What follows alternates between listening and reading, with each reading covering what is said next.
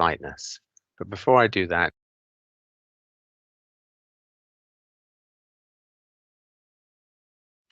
good afternoon, everybody. My name is Jonathan Culpeper, and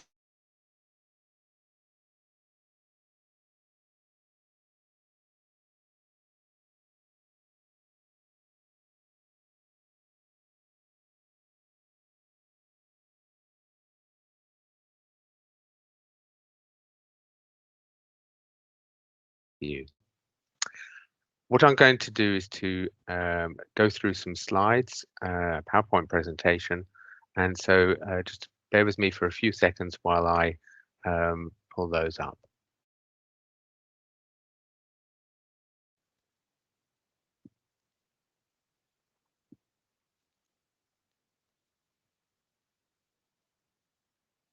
Okay, so hopefully you can see now my first slide, which has impoliteness, a survey as the title. This is a topic I've been researching for 30 years. It's not the only topic I'm interested in, but it's probably the strongest one. And it's also particularly relevant to the theme of the fourth International Conference of the Pragmatics Association of Nigeria, which is Pragmatics and Glocal conflicts. I'm not going to talk about the Glocal side of things, but I certainly am going to talk about conflict because impoliteness implies conflict in interaction. And my aim here is to give you an overview of some of my thinking over the years. Perhaps as a preliminary, I should add a subtitle and say that most of my work focuses on British impoliteness. And so we cannot assume that everything I say today will apply automatically to impoliteness in other cultures. I suspect that much of it would apply, but it's an empirical question that has not yet been answered as to whether it really does. Let's start by taking a broad view and think about the popularity of the term politeness, first of all. And in a minute, we will look at impoliteness. But is the popularity of that in academic work? And so what I did is use the search engine Scopus to search journal articles and instances of the word politeness in the titles, abstracts, or keywords. And these are articles between 1970 and 2015. And you can see the dates along the bottom of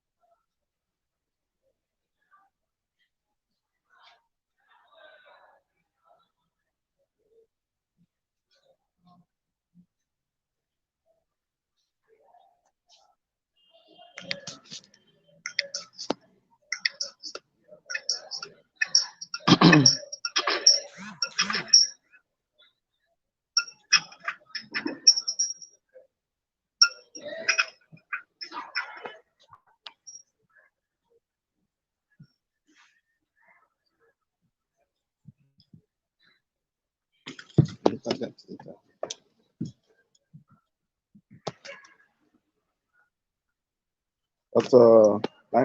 come and come and do an interview live. Yeah, please come.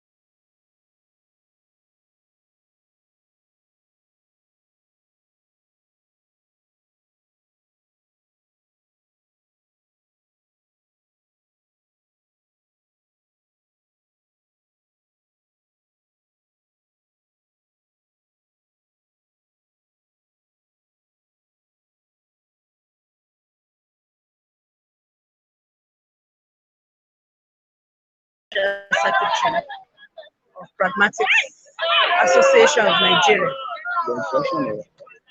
Oh, the program is a good one. It's been successful. We've had a fun-filled and educative sessions from since yesterday. We're proud of our association. We're equally proud of our president, who has taught us to take everything as it comes.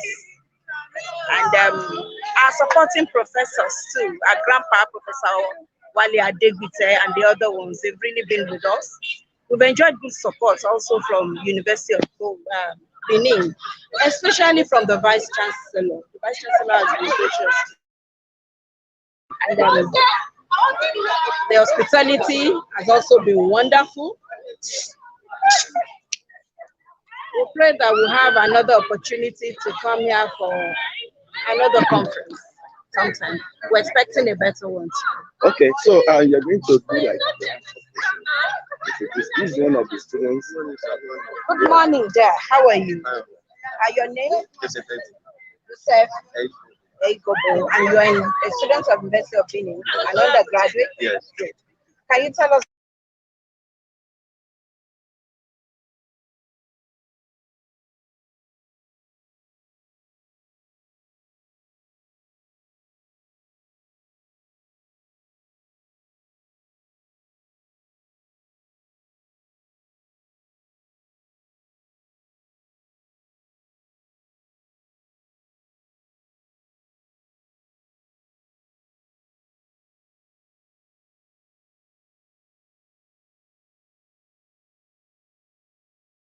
Just really nice to just like actually do something that was so interesting. Yeah. That's good. Would you like to attend another one? Definitely, it was fun. Yeah. So we'll be looking forward to having you. Yeah. Thank you. You need a lady? Yes. We'll talk to you now. We are just having an interview. We are taking it. Morning. Your name, please? Deborah. Deborah David. Did you? Yes. Look at you to give us what your feelings are about this one.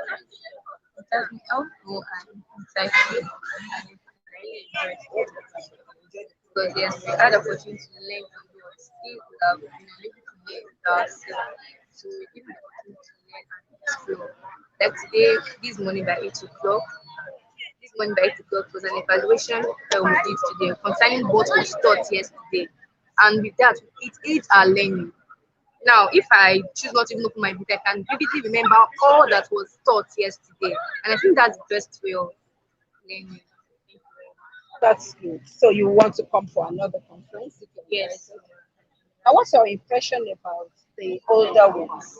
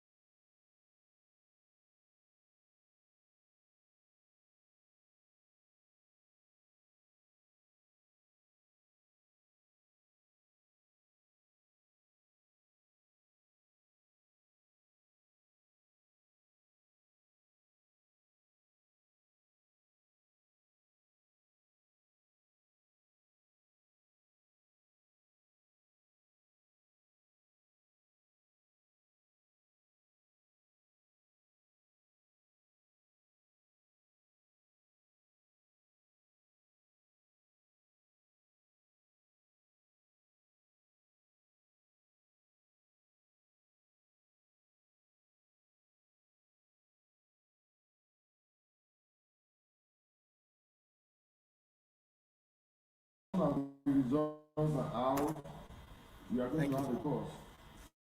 And then the announcement, the people who have scaled the first hurdle to the next will be made, and they will be moved to another venue where the last stage will take place. When the last stage has taken place, the persons involved will have to join activities at the AGM, that is the annual general meeting, which will hold by 1:30 for us to do the announcement of the winners. And as you experienced, or as you saw yesterday, next year is the time we are going to invite the winners to our conference. Then there will be that big honor given to you. And we are planning something bigger for the winners of this year's competition.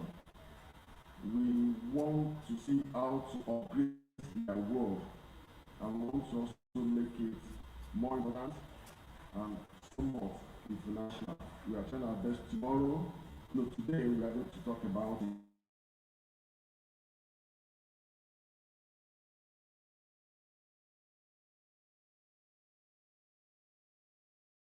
So I would like to appreciate the responsibility of this graduate group. Graduates are not there responsible. We teach them. They are not generally reasonable people. But I want to ask that you give yourself a round of applause. You are very responsible. You are very reasonable. And I want to say that this is where, when we were in Benin, we saw that demonstrated. When we were in our school, it wasn't so demonstrated. When we are here, I expect that it won't be this way, but honestly, I'm impressed. Could we please clap for this group of people? This is very responsible, and you would go places that just when undergraduate students are responsible, it means that their teachers are doing their best, or that system is very strict, and that means that that system will go a long way. And then will make it a lot in life because they have already got discipline they need to survive all situations. So thank you very much for your responsibility. We really appreciate it. So we are going to start right now. We will need a makeshift MC because the MCs are not available. So we need a makeshift MC. I cannot be the MC. We need someone to be MC. And so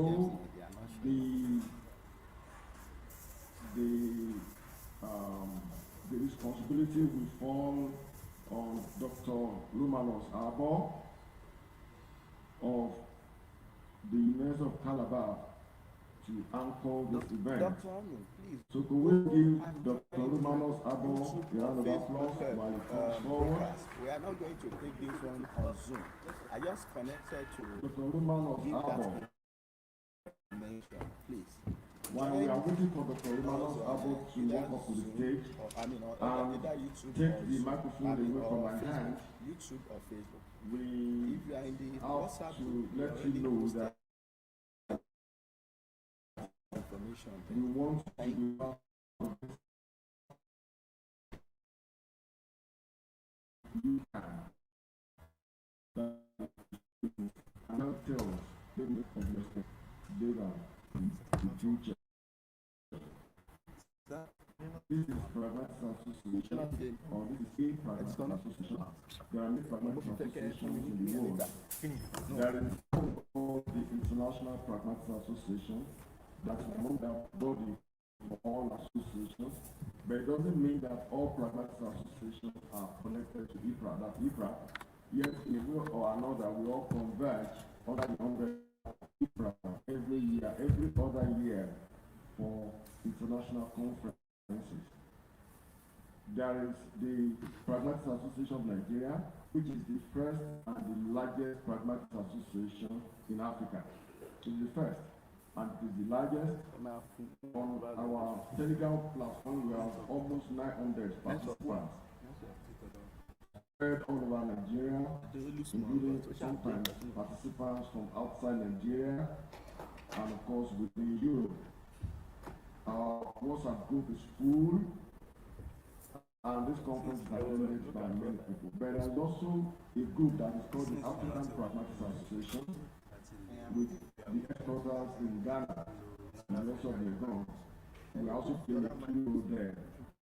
There are other associations like association. We have the Japanese Pragmatics Association. We have the American Pragmatics Association. All of these are very big organizations, big associations, but we are not inferior to any of them. We cooperate with each other and have a way of crisscrossing in terms of the activities that we can do. We are professionals, and all we do is talk shop. We talk about what we do as professionals. We move knowledge forward. We try to apply the knowledge of the discipline to make the society better. And that is why the theme of this conference is Pragmatics and Glocal conflict. So on this note, before Dr. Romanos Abov comes to the podium, check your internet. to the rostrum, Check I will invite the internet. National Organizing Committee Chair to start this program straight away.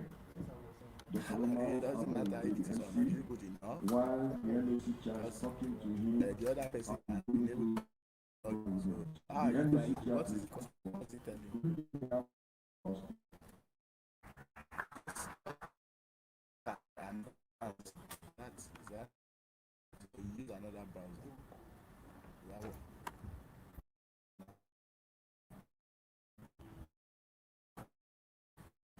Thank you very much, the National President. Yeah.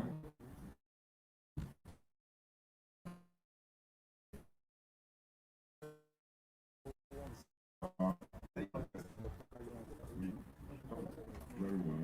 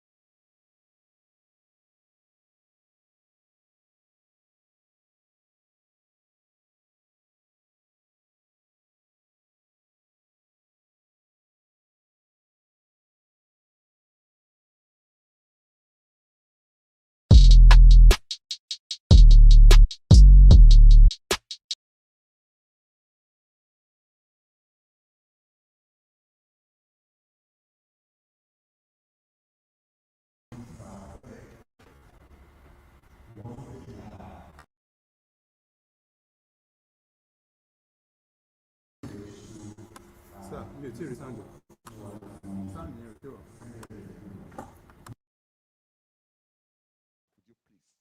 Thank you, sir.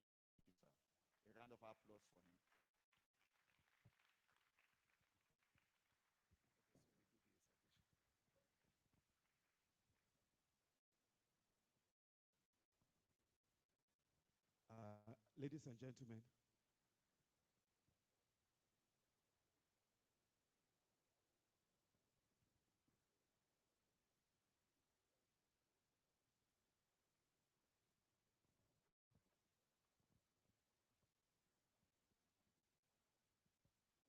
Ladies and gentlemen, our professor is already standing. I was going to ask if he could please stand as we read his citation before this August lecture.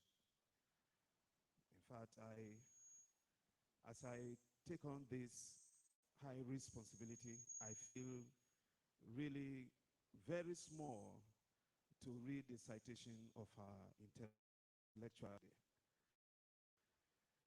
But I have to do so. A brief citation for that matter. So, Professor Innocent Chilua is a professor of English linguistics, specifically discourse analysis and media digital communication in the Department of Languages and General Studies, Covenant University, Ota, Nigeria.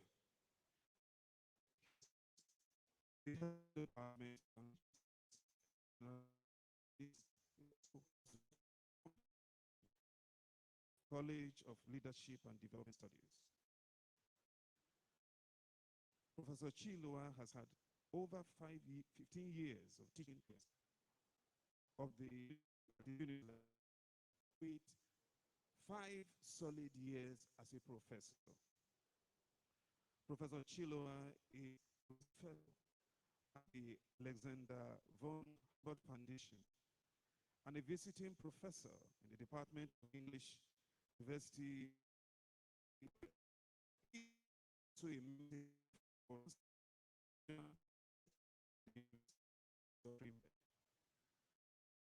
has a profession in conflict management, intercultural communication, and conflict resolution.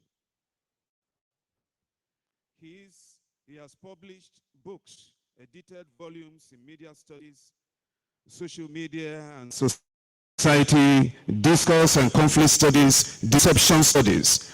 He has also published extensively in reputable peer-reviewed journals across the world and contributed several chapters in books and encyclopedia.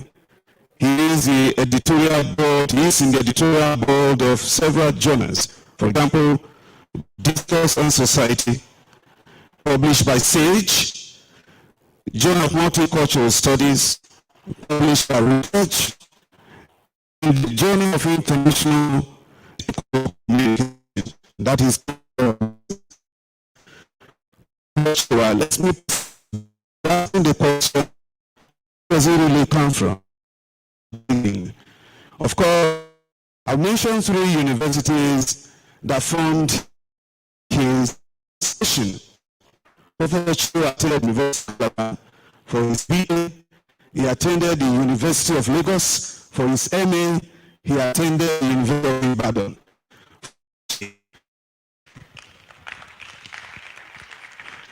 Thank you very much.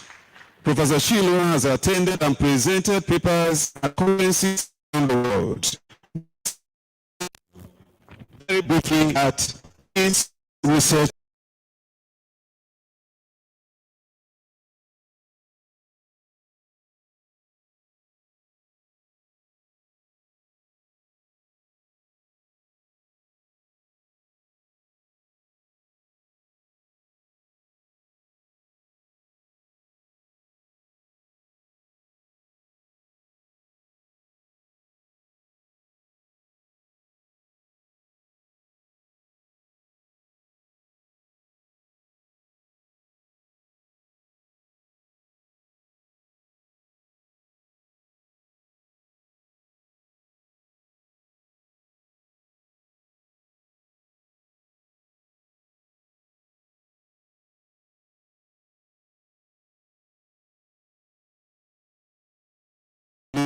linguistic violence, language aggression, hate speech have been of special interest to him. He has also carried out research into the linguistic and discourse structures of online communications and cybercrime, particularly those associated with publishing, email, financial crime, scam, and misinformation. That's here. Where has he published? Who has published him? Now, Professor Shiwa has published in different high-impact journals, for discourse studies, discourse and communication. If you want to know how difficult it is for academics to publish in these journals, please just go and try and put a paper in there and see what happens.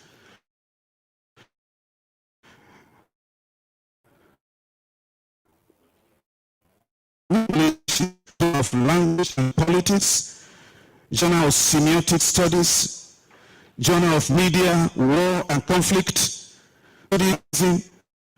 African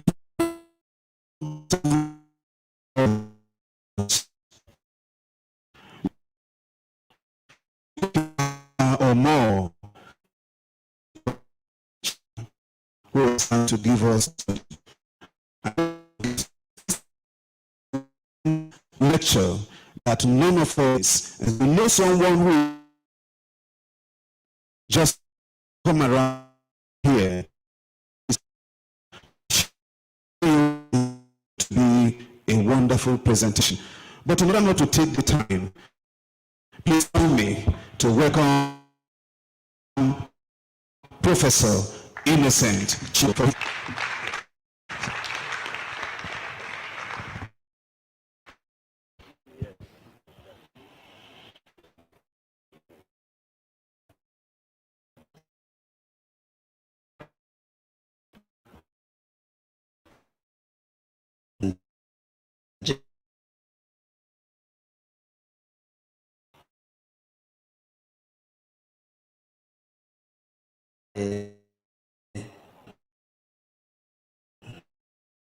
That is here this morning.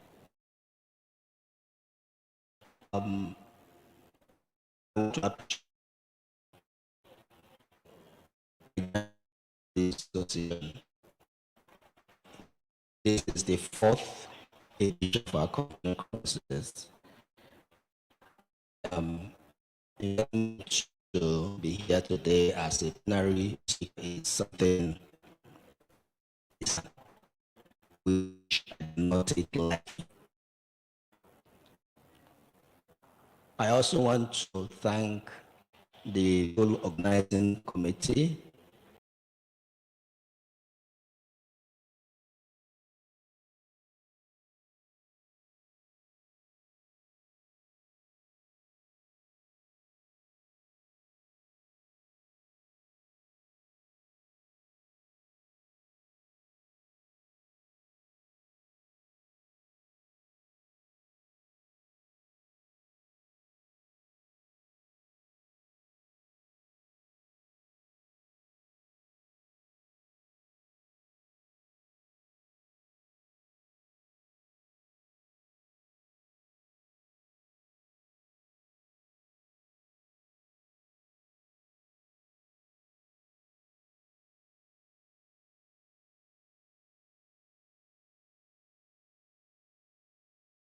and global conflict.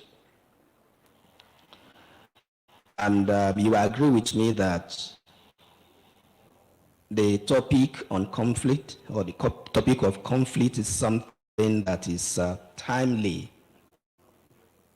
It's a subject that has received a lot of international, global, regional concern and research. A lot has been written on conflict, and particularly conflict resolution. Nigeria is a nation that has experienced several conflicts ethnic conflict, political conflicts, and so on. So we are familiar with that.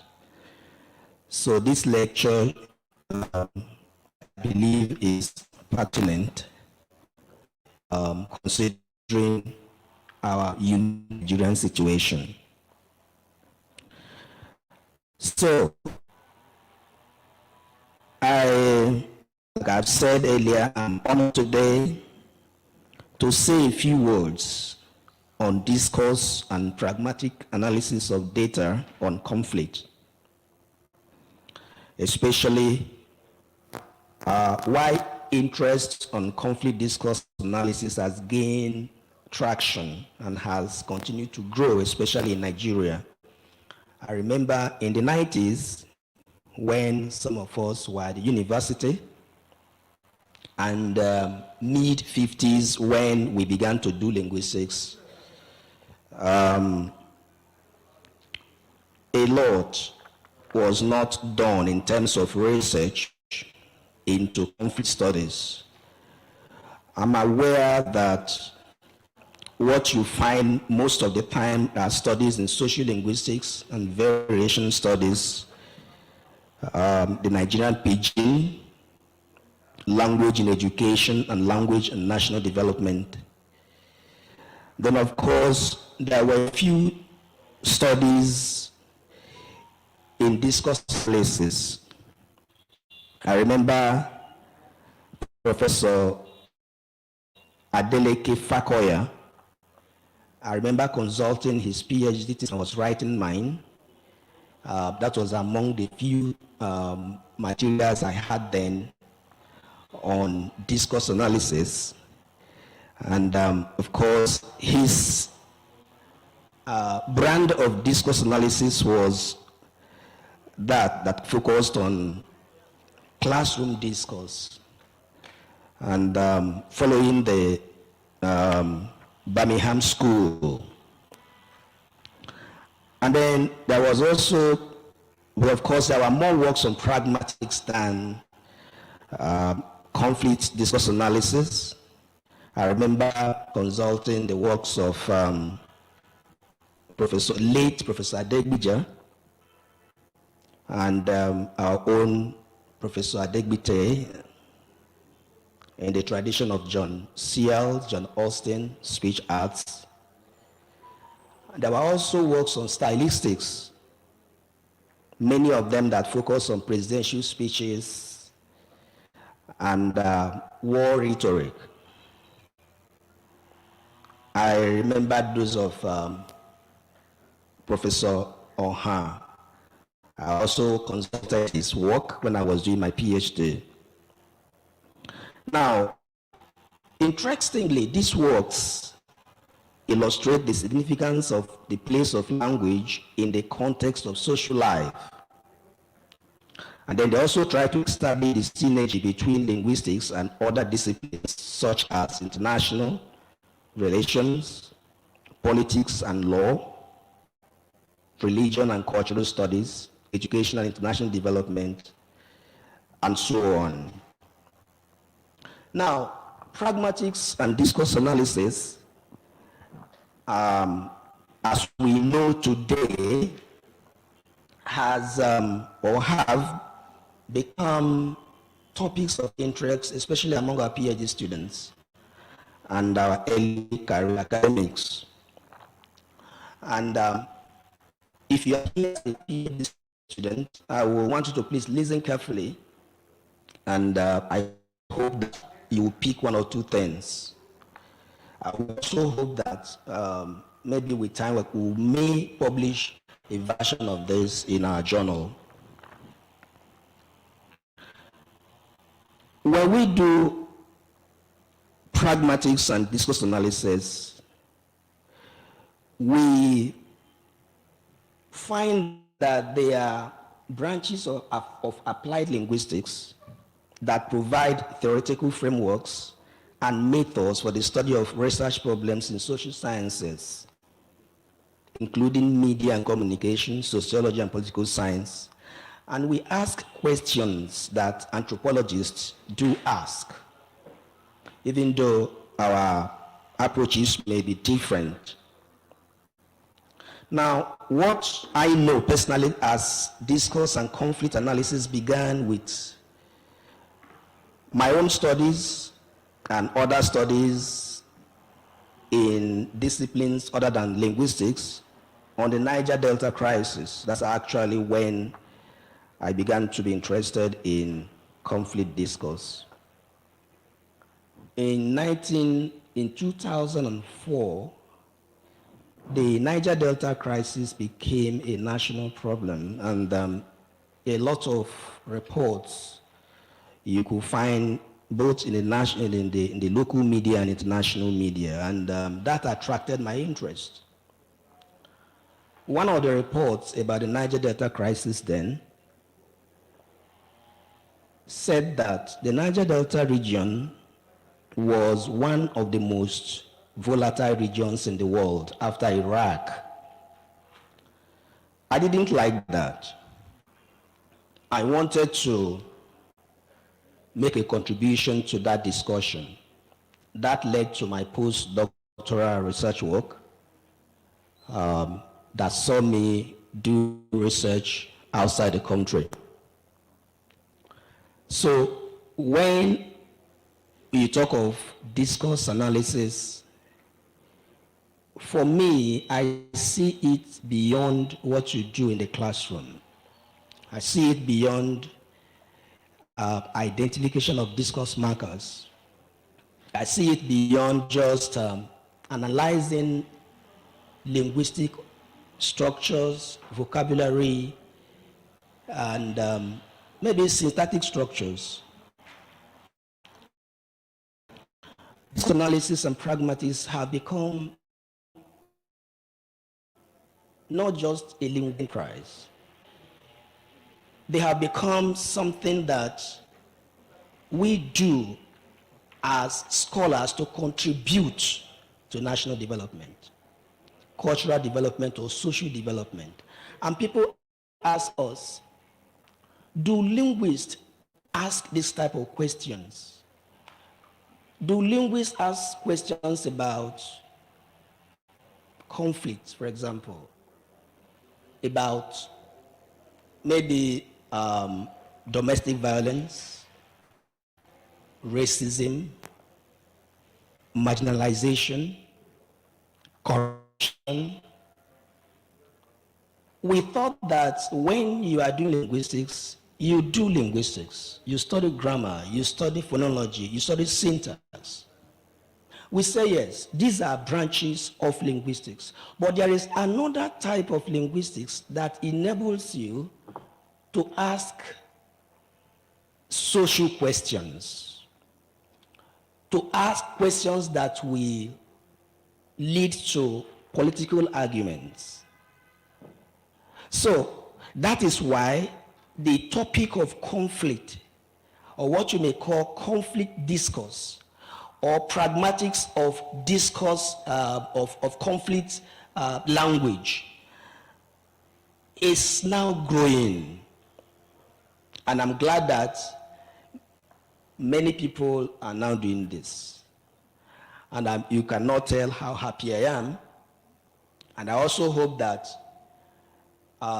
many of us here will want to do more to contribute to this important national concern, and then how to find solution to them.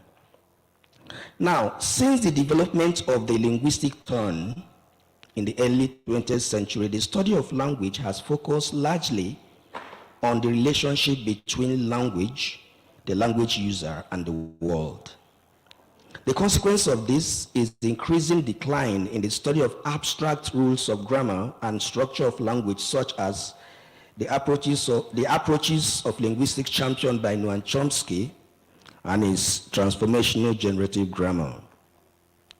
The linguistic turn is a philosophical position that philosophical problems could be solved through reforming language and understanding the usage of language.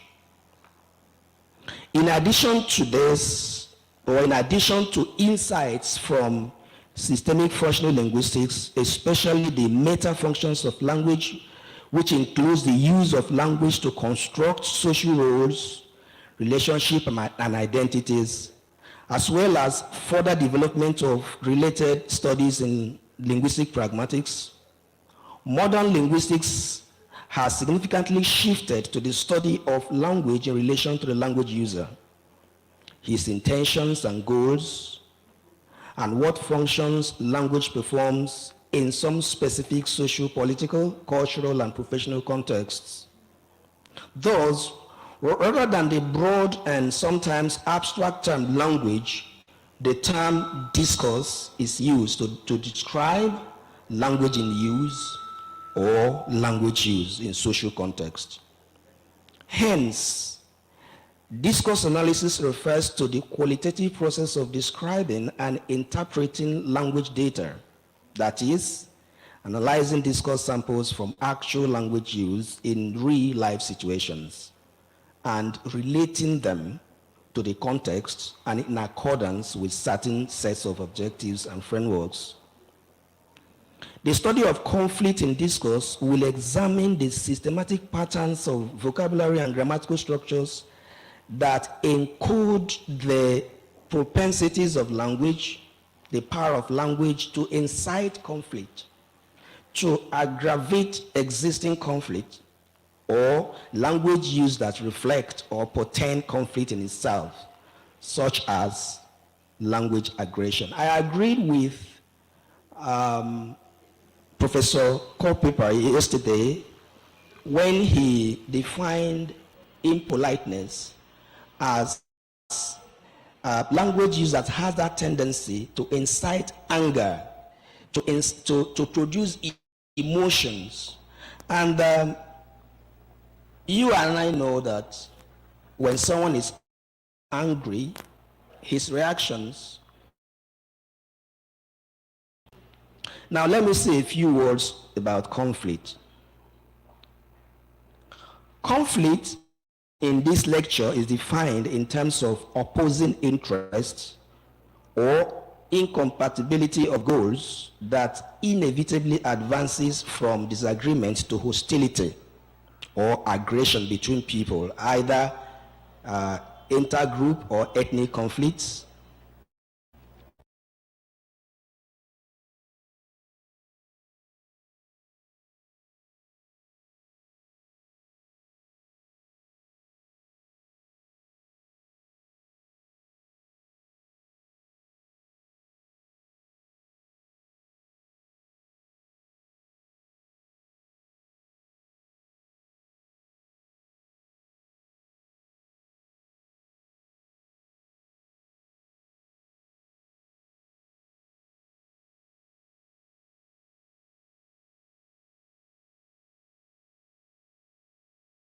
of its objectives and perceived outcomes, often associated with economic and political struggle.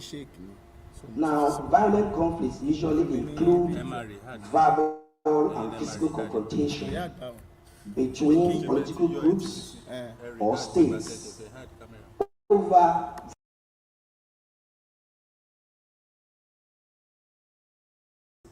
in which the aim of the opponent is to defeat, to injure, or to eliminate the rival. So conflict is something that has an outcome. It is something that has consequences. And because we are language experts, we are looking at the properties of language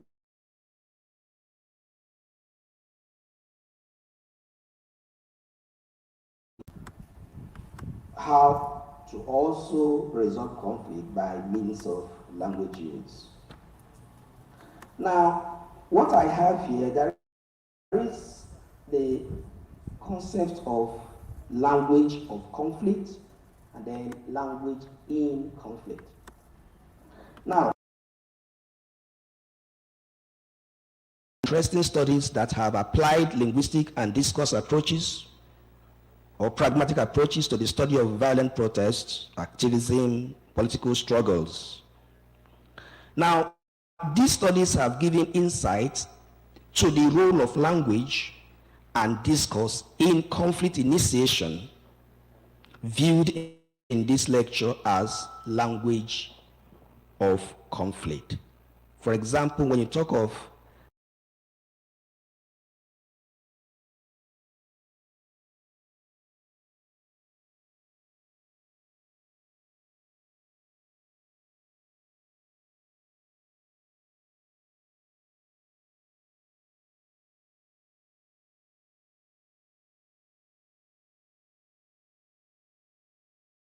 in either exaggerations, ambiguity, when someone says something, it's ambiguous. And because it's ambiguous, the interpreter interprets it wrongly, and then conflict results. And then you have hate speech, libel, disinformation or misinformation. Please, disinformation is when someone deliberately sends a message to deceive. Deliberately. But misinformation is when message is sent, but then people are misinformed. The intention of the sender is not to misinform. So while disinformation is deliberate, misinformation is not deliberate. But whether we're talking of disinformation or misinformation, we are looking at the fact that either of them is the candidate for conflict. Slander, negative evaluation of persons and groups, insult, misrepresentation and character assassination, among others. Now, these are what I will define as the language of conflict. Now, when language is used to slander, to cause offense, to abuse, to insult, to misrepresent facts, then you are heading towards conflict. Now, this type of study will clearly show that there is a strong connection between how discourse conflict and intensify. That if you are doing a study of conflict, it has to come from Boko Haram representations or misrepresentations in the media. Your data might come from in between the lecturers and students. How students are able to create lectures, how students are able to respond to lectures, and how there may be conflict between students and students or between students and lecturers. Now, what is language in conflict? Now, I will look at this as the function of discourse in the process of perpetuating and escalating existing conflicts, such as propaganda, accusation. Then, of course, character assassination also appears here. Deliberate lies or imprecations against an opponent. Significantly, much of what starts from a low-key misunderstanding to may eventually develop to become a full-blown war or conflict. And of course, we can trace that to systematic discursive process. I read a book that says that before a war that involved the use of guns, there must have been a war of words. There must have been a war that had been fought either on a debating table or a type of misrepresentations involving two parties. And so, if that is not properly managed, conflict results and war results. And so we are interested in that as language experts. When we collect data that tells us that certain use of language by a political figure is likely going to cause trouble if the Yorubas, for example, are constructed as maybe sycophants. The Igbos are constructed perhaps proud. And you have consistent representations like that, and you have a data that gives you the idea that if we continue like this, this is likely going to happen. So it becomes our duty as language experts to warn, to cry out. You will see later in this lecture before I round off that in most cases, if you look at a full-blown conflict, it started from the perspective of language use. Even in our families, before a family breaks, you look at what happens with communication between members of that family. So at the root of every serious conflict, call it interpersonal conflict, call it group conflict, social conflict, national conflict, regional conflict, at the root is a discursive process. Language, a problem involving language use. That is why, as language researchers, we are interested in the language of conflict. Now, from my experience, as I do conflict discourse, most of literature I've come across were actually written by foreign authors, unfortunately. But then I will tell you what some of us are doing or have done to see if we can provide solutions. But first of all, I know about 3 main edited volumes on language and discourse and conflict. One is the Routledge Handbook of Language in Conflict. It was published last year, 2019. Another one is the PrAN's Handbook of Language and the Conflict, also published last year. As you can see, these are just, it's a growing discipline, more or less. Books are just coming out. Now, and then there is also, well, this is a later one, or rather earlier one, to 2013, the SAGE Handbook of Conflict Communication, integrating theory, research, and practice. Now, in the Routledge Handbook, the authors examine a range of linguistic approaches as a means of applying the nature of communication related to conflict, and they draw examples from real-life case studies of conflict from different regions of the world. The second volume, that is, the first volume of SAGE Handbook of Conflict, published in 2006. Why the second volume? The first volume, 2013. They examine conversation around conflict management from the perspective of communication. Communication examined certain types of conflict. That is, the books looked at not just conflict now, but also conflict management. And then they highlight approaches and research methods that we do use as linguists to do conflict analysis. Now,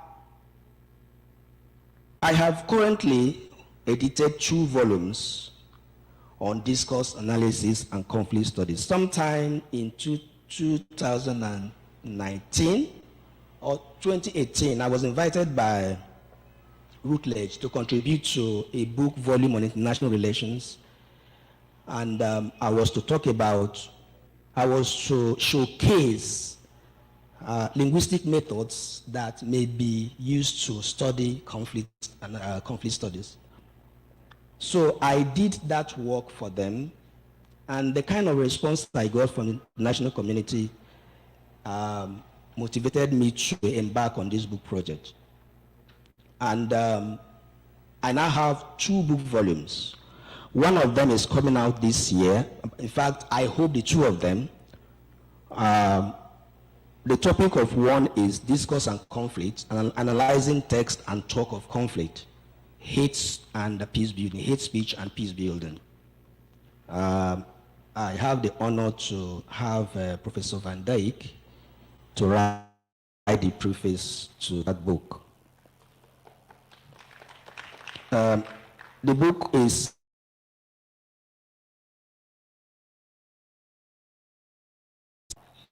Discourse, Media and Conflict, Examining News, Discourse of Conflict and Peace Processes. This one will be published by Cambridge University Press, hopefully this year. So the 2 volumes are my own efforts to popularize and then to encourage the study of conflict using pragmatic methods or discourse analytical methods. The books will comprise or bring together, the 2 books bring together scholars around the world telling us what happened at the different regions of the world and how linguistic scholars have responded to those conflicts.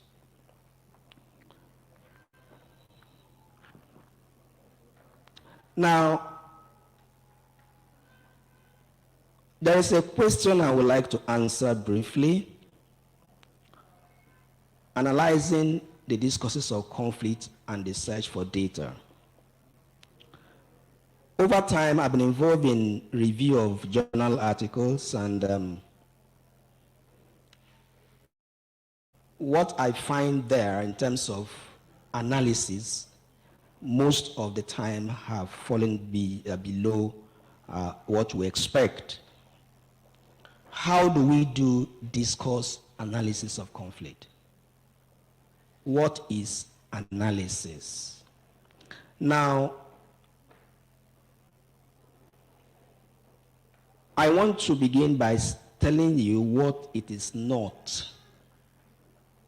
What discourse analysis is not. First of all, according to Antaki 2003, discourse analysis is not summarization of what you find in your data, summarizing data, right? It is not a summary. 2, it's not writing like a journalist. Sometimes you look at what people call research or analysis, it's like newspaper report. They take side, they condemn. That's not academic. So as far as Antaki is concerned, that is not analysis. It's not overquoting, just quoting from the data. Okay, just quote your data and making comments. Now, you find commentary, in most cases, passed as analysis, but they are not. And then it's not identification of discourse markers or mental constructs, some type of analysis according to those that do them. They will say, okay, this is the theme, they underline it. This one is the subject, they analyze it. This one is proposition. This one is this one is this. That is not analysis. Now, according to Van Dijk, if you are doing analysis, we expect that your data are relevant. They are extensive. They are selected according to some principles. Now, those that criticize critical discourse analysts, they say that we don't analyze enough data. Which we are in a hurry to run into conclusions. It's not enough to just get some sketchy thing and we call that data. No, get enough data. And then there is the discussion of specific examples from the data, And these examples are given in context, not just as isolated words or phrases. Analysis is detailed, usually taking up much more space than the examples. Analysis does not just repeat or paraphrase what the examples say. Analysis do not raise the data. That's not analysis. It follows explicit framework, so readers know what specific features count and instances of a general category and on. I promise that this paper will be published in our journal so that you'll be able to read it. So in summary, a discourse analyst is to examine and analyze specific patterns of language use or discourse exemplified in oral or written text as ways of constructing reality, identify their significance and consequences for the larger society. For example, a critical discourse analyst will show how language works in social, cultural, and political context, focusing on power relations, ideological perspectives reflected in discourse text, and their wider implications for the society. So you're either doing oral, you're either analyzing oral or written or multi-modal data, which will involve both micro-analysis, that is, you're looking at language and style of the text or the data, and then macro-analysis of such data that takes into consideration structures and processes reflected in the discourse in relation to the societies, to the society. Well, many of you are conversant with my works, and like I said earlier, the work I did with Routledge and was actually a version of my earlier work, The Discourse of Terror Threats, published in the discourse, the Studies in Conflict and Terrorism. And then I was trying to demonstrate the synergy between language and conflict studies and how conflict may be researched using methods in linguistics. And then there's also my work published in Africa Today, when we study the Boko Haram Twitter feeds, and then we investigate them as pragmatic acts. Further, you find also some others published in state journals that have been read before. I have them here. So, why do we research conflict? Why do we do discourse analysis of conflict? I will just read what I have here and then we close. In my introductory chapter to the edited volume, I have argued that political and socio-cultural discourse studies of conflict are a reflection of intellectual sensibility and response to conflicts in our world. That's what we do. We are responding to what happens around us. And conflict happens around us most of the time. Even as we speak, conflict is going on. So when we apply linguistic methods to do conflict analysis, we are actually responding to events and things that matter to us. Now, according to EVA 2016, we research conflict because it's an emergent paradigm of scholarship that attempts to respond to contemporary challenges. And like I said earlier, I'm glad that interest in the broad range of conflict studies by linguists, language due to growing incidents of conflicts, wars, and political violence around the world. And since language mirrors a society's shared meaning, which allows them to make sense of the world, the study of language use or discourse provides an important entry point by investigating how members of a society or group understand and handle conflict. Most importantly, the goal of interventions of discourse analysis in conflict studies is to change the construction of reality that begets violence into a society that is anchored on the prospect of peace. Our research findings have revealed that language or discourse, whether language of aggression, hate speech, or disinformation, has been a significant precursor to incidents of major conflicts. While hostility or aggression between individuals, groups, or nations often begins from a point of misunderstanding arising from perceived offensive use of language, some military wars are first of all fought as war of words. Also, citing from my introductory chapter of the edited book, Small 2005 argues that discourse analysis is indeed a tool in conflict studies. Either you are doing pragmatic analysis, discourse analysis, use them as a tool in conflict analysis or conflict studies. For instance, a potential cause of conflict might be others and at stake by conflict partners. Through frame analysis, for example, insights contain shape the of an issue in contention, and also shed some light on framing processes such as humanization or social hate and discrimination. It's also clear that fairly all conflict resolution or prevention techniques involve some kind of dissonance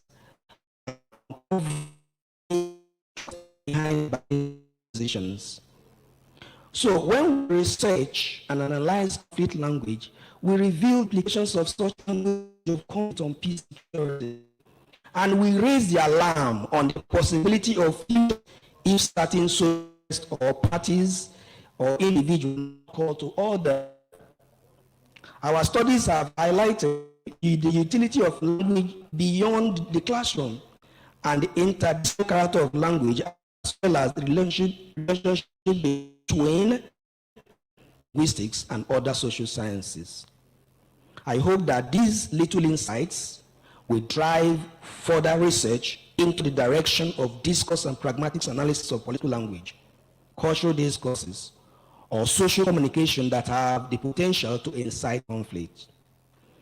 We as language scholars, we owe our society, and indeed the entire world, our potentials and our professional skills in social analysis from the perspective of language studies on the key issue of conflict and peace. So I want to believe that after this lecture, we will begin to take discourse analysis and pragmatic studies more seriously, and in particular, relating to conflict analysis, relating to discourse patterns, language use that are likely to cause confusion, likely to cause conflict. But that's where our interest is. And like I said, nowadays, our research as scholars no longer end on the shelf. They are now being used by policymakers. They're now being used by international organizations. They're now being used to drive positions, drive policies that will bring a change and ultimately for a more peaceful society. Thank you very much for listening.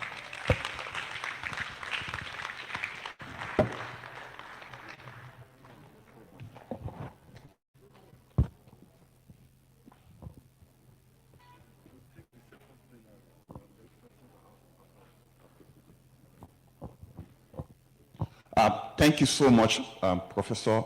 I think we can do better than that. We can put our hands together for him. We can do better than that. I told us that it's going to be a wonderful lecture.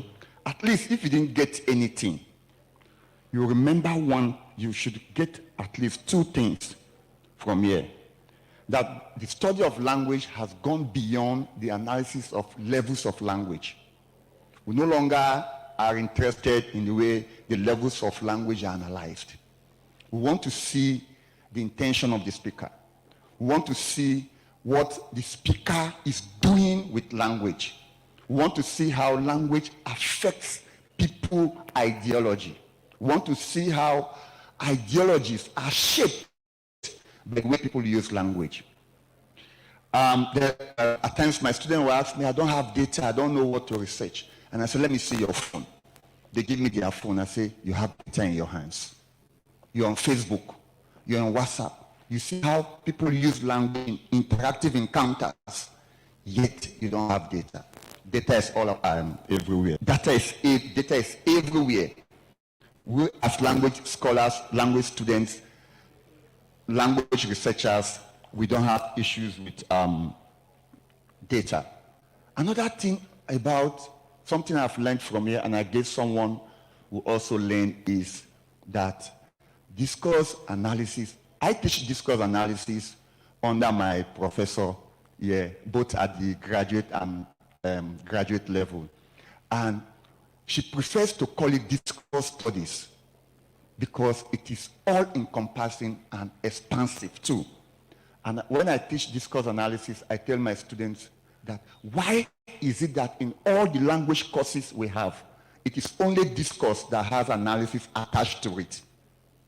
Why? Have you tried to investigate that? Johnson 2008 has given us reason for that. So we can have conflict. We can understand, we can use discourse analysis to analyze how people engage in conflict, how they use language to cause trouble, how to use language to change the world. Conflict is all around us. And, you know, language is becoming, it has ever been a part of society. Language scholars are contributing to how Facebook is managed, you know, how, you know, before now we didn't have like, and we didn't have, there's this thing in Facebook, we only had like and this other thing, there's another icon that's come. It's the function of language. So that's what our speaker has told us, the importance of language in resolving, in responding to conflict, in managing, in avoiding conflict. And like he said, he has a lot of issues, papers on that. We can meet him at the end of it. But when you go online, you can have him, you Google him, and you can have what he's done. So we thank him so much, and we'll do that kindness to clap for him again, please. Thank you, Professor, for. So without taking our time, we'll move on to the second plenary speaker, and we kindly call on our speaker,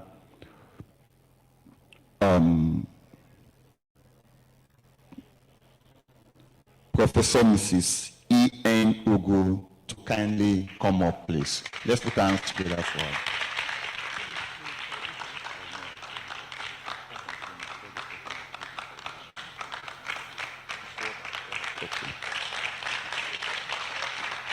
And we've also kindly call on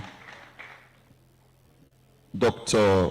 Jacinta Benjamin to come and read the citation.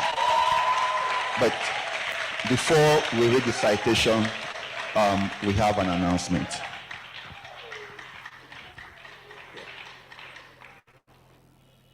Just a moment, don't worry.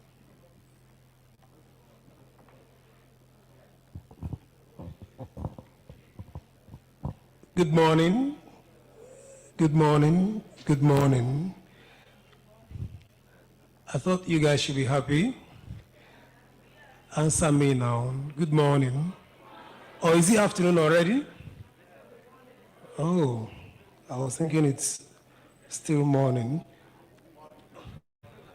Okay, so I don't intend to interrupt what we've been doing, but I just feel that this is the right time to make an announcement with respect to the undergraduate test we've just had this morning.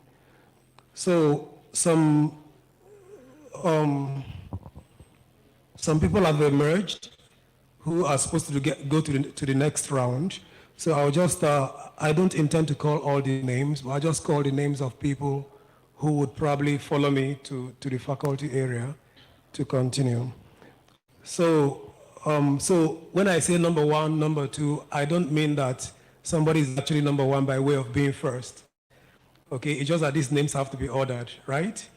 Yeah, so we have Simeon Boluwatife from Bowen University. So this person made 90%.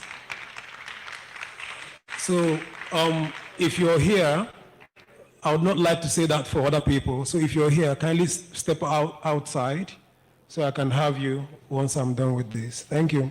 So number two would be Ugu Joshua Ebuka from Uniben. He made 90%. Olaleye Praise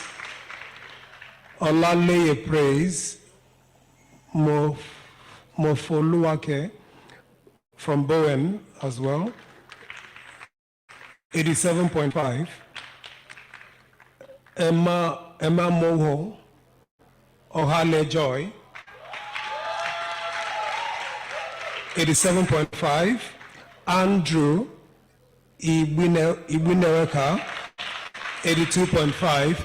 Apologies for your names that I definitely have to mispronounce because I'm not familiar with these names.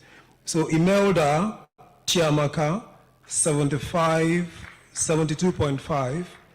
Olise Chima Eze Gentleman. I've not seen that name before in my life. Gentleman or gentleman. Okay, so 80%. Olatunji Shirley Hazel, 80%.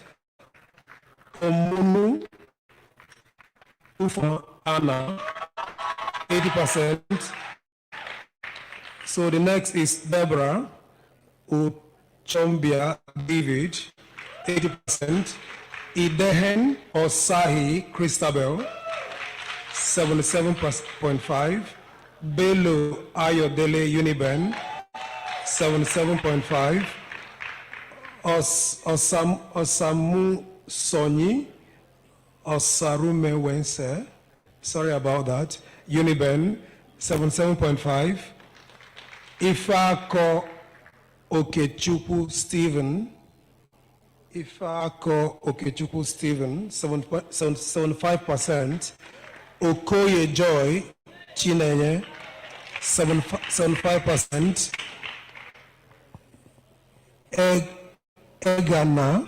Egana Blessing, I hope that person is identified. I'm not able to pronounce that well. EOEDHANA, Blessing. Is the person identified by this name? Okay. Well, Ibwinoke Charity Osiaworo, 75%. Peace Esabwe, 75%.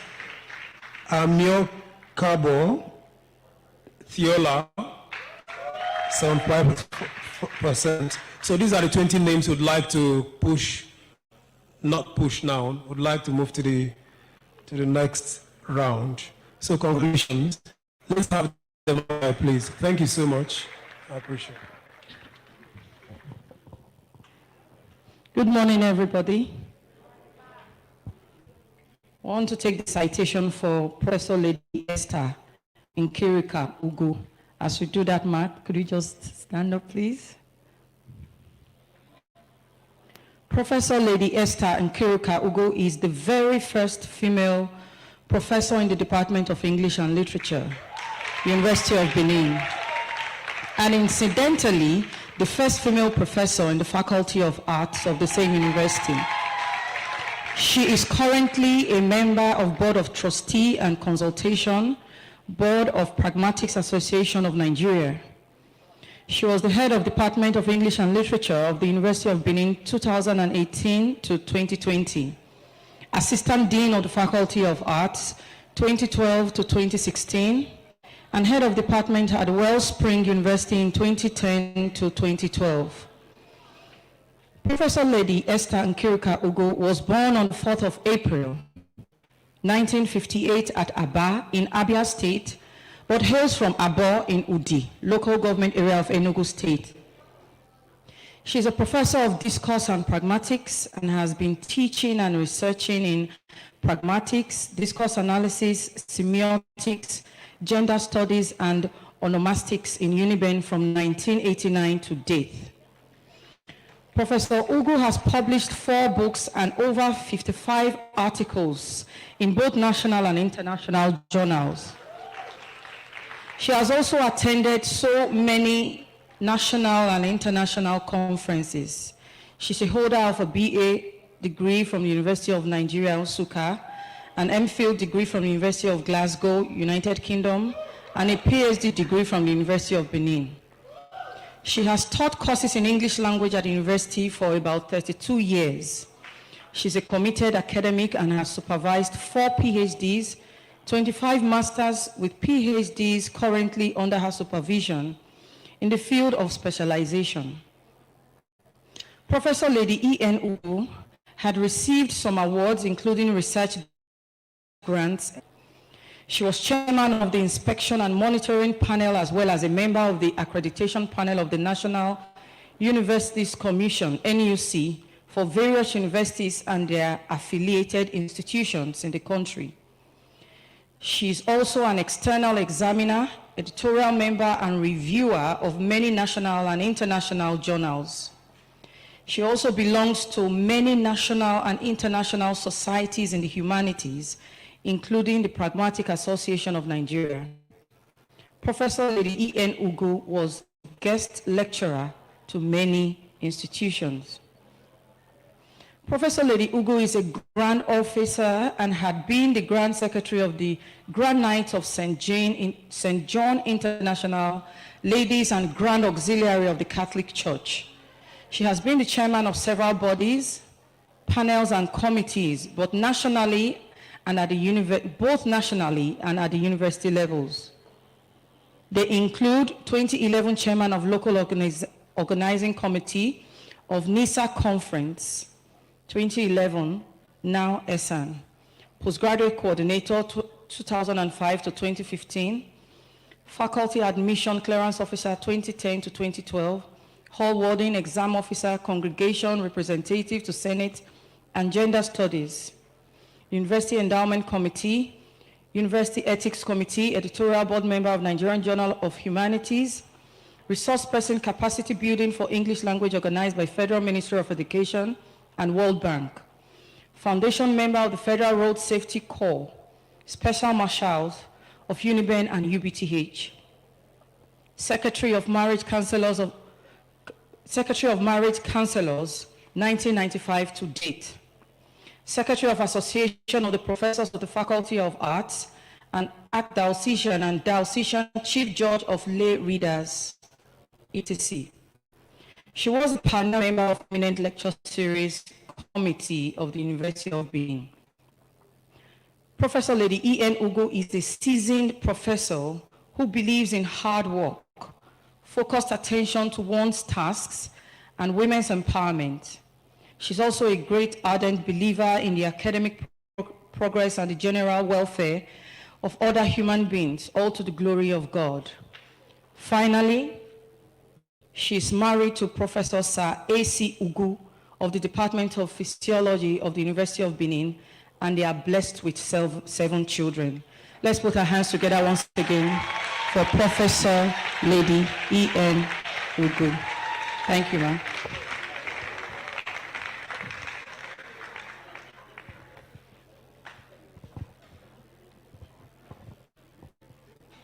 Thank you very much. The one that concerns my topic here was not mentioned. I am a member of international group that's monitoring the medical healthcare systems in the world. So that's why I chose this topic, which is the known unknowns in the healthcare system, a pragmatic analysis of power and metaphor. Please permit me to sit down. Thank you. Now, Professor Chilua has already told us about language of conflict and language in conflict. He has also told us about the use of language in different fields of study. But what I'm trying to say here now relates to language in conflict. Because in the healthcare system as a whole, conflict has existed. But we don't even know the nature of the conflict. So we have a global conflict in medical ideological clashes that result in healthcare dysfunction. It's not only in Nigeria, but worldwide. So conflict that we are talking about here is sort of abstruse, very, very obscure, that we don't even realize that there is one. So these type of conflicts, they destroy millions of lives every year. And many of us, even those of us here, we don't realize it. So that prompted my interest. It geared my interest into giving it a pragmatic study. So this study, I will give you the context, the global context of what is happening in the medical field. Then, I don't know how many of us have heard the word, the big pharma. The big pharma. That's what is reigning now. Then I will also, take you through just a few. There are many complaints like that. Complaints about the big pharma. And then do just one or two pragmatic analysis of the one or two medical data I have here. Now, this paper investigates the rationale that informs the autonomous, powerful global engagement of some private foundations in shaping the global health policies, even when those stakeholders in the medical field disagree with the policy. It also analyzes the extent and the effects of the foundation's power on the populace through a pragmatic discourse analysis of language, of behavior, and of that power. So the lecture I'm about to give now emphasizes the fact that to fully understand the content, the context, and meaning of any medical discourse, and the way the language is used to deploy them, it depends to a great extent on one's knowledge of the discourse pragmatic conventions, the medical community, which largely constitute, and to a very great extent, a concept or a phenomenon of these private foundations called the big pharma. The big pharma. The big pharma regulates conventional medical functions. So this concept is the base of the private foundations behind the global medical system. The foundation's power seems to be based on their monetary gains rather than on the philanthropic stance they portray. And they do that worldwide. They fund medical researches. They fund medical inventions. They fund everything concerning medicine in the world. So the manifestations of the big pharma is called biopower. Biopower. And this biopower controls humans through domination, through coercion, through disconnection, and through fear. Now, you might be wondering, why known knowns? The secretary, George Bush's secretary, Secretary of Defense, Donald Rumsfeld, when he was asked about U.S. supplying weapons to Iraq, this is what he says. As we know, there are known knowns. That means there are things we know we know. We also know that there are known unknowns. That is, to say that we know there are some things we do not know. But there are also unknown unknowns. The ones we don't know that we don't know. So that's where I took part of the title from. The known unknowns. That's the things that we know. The known unknowns. That's the things we know that we don't actually know. Like I said, if you don't understand the history of medicine, you will get lost here. So let me briefly give you the history. So there's no gainsaying the fact that from time immemorial, medicine goes in and out of fashion. Unfortunately, I don't know. Is it working? Is it working? Uh-oh. There are two arms. There are two stages of this history. We have the earliest history. I don't even know when it started. But I know that it ended around the 18th century. The whole of that one, everything done that time, is known as folk or traditional medicine. Then from the 18th century down, we begin to have the contemporary medicine. So I will just briefly tell you about the folk. I won't say everything here, but let me mention certain things. Folk medicine, in those days, they used vegetable products and herbs, spells, incantations to cure serious diseases. For example, they use what we call trespassing. And then in Babylon, if you look at the Code of Hammurabi, that Code of Hammurabi said that if a doctor in opening an abscess, boil anywhere, and shall kill the patient, that doctor's hands shall be cut off. But here now, in our contemporary medicine, is it done? No. The highest you can do for those that are aware of their rights is to sue.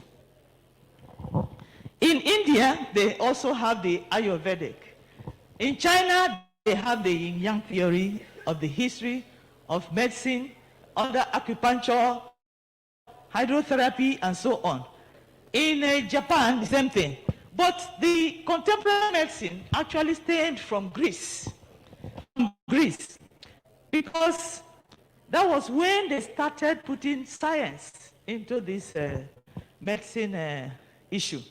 And that was also the time that Hippocrates, the father of medicine, proposed a Hippocratic oath called the Ethical Code, guiding all the physicians that time. Then we move on, 17th century, 18th century, 19th century, and so on. somewhere along the line, one man called John Rockefeller, he was the wealthiest American and the richest person in modern history. So he secured a monopoly in America's oil market and controlled 90% of the monies coming to America in those days through Mobil, Chevron, Exxon, and so on and so forth. He had petrochemical industries that produced plastic bags. And the industry was not satisfied with producing plastic bags. So he formed Rockefeller Foundation. Rockefeller Foundation, we'll now continue to call it RF. And it became the world's largest and wealthiest global foundation. So in the early 90s, this man wanted to expand his control. So he called in. He first of all bought over a German pharmaceutical company called IG Farben. Bought it over, then hired a contractor called Abraham Flexner, and they put heads together and came up with what we call the Flexner report. What was in that report? The report proscribed all traditional natural medical practices. Then the report also said that there were too many doctors. So if you don't go through an American Medical Association, you will not be proclaimed a doctor. So you can't this to the Congress. And Congress know what it means. Give them time. Congress approved. And the new or the contemporary medicine started. To consolidate his legal backing, he also teamed up with Andrew Carnegie, Carnegie Foundation, and they began to control all medical schools. Left America, went to Europe, and then Africa. Africa became to for them. So that was the beginning of they funded many journals in the medical field, and many editor-in-chief of one of the oldest and the most prestigious medical journals he said, and the name is Richard Horton. He said, the case against science is straightforward. Much of the scientific literature, perhaps half, may simply be untrue. Then another editor-in-chief of the New England Journal also wrote very recently, he said, it is simply no longer possible to believe much of clinical research that is published or rely on the judgment of trusted physicians or authoritative medical guidelines. I take no pleasure in this conclusion when I have reached slowly and reluctantly over my 2 decades as an editor. What are they alluding to? They are alluding to the fact that this foundation, the big pharma, they pay the pharmaceutical companies, they pay our big professors in the medical school to publish what they want to sell. That's what they are alluding to.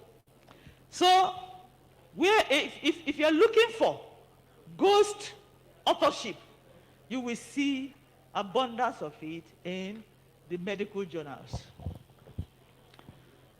So, these people systematically dismantled the curricula of medical schools worldwide, disapproved and completely removed all teachings on diet, herbs, natural, that's non-drug treatments, and then launched their own targeted campaign of demonizing homeopathic and natural medicine.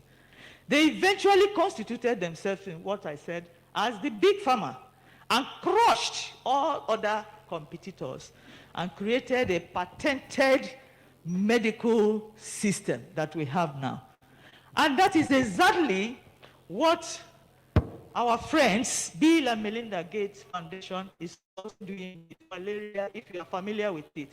Malaria eradication, and the one that is trending now, what is it? Vaccine production. They are sponsoring it.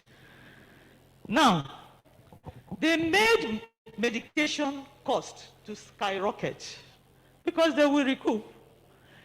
The patients are now being treated as customers. Before they treat you, you must pay. Sometimes they bring people in the hospital. Where's the deposit? No deposit, the doctor will turn away. Is it not true?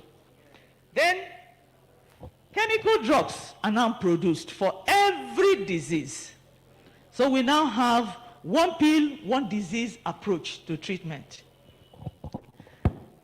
So, generally, in medicine, the treatment of any disease goes through either chemotherapy or surgery or radiation.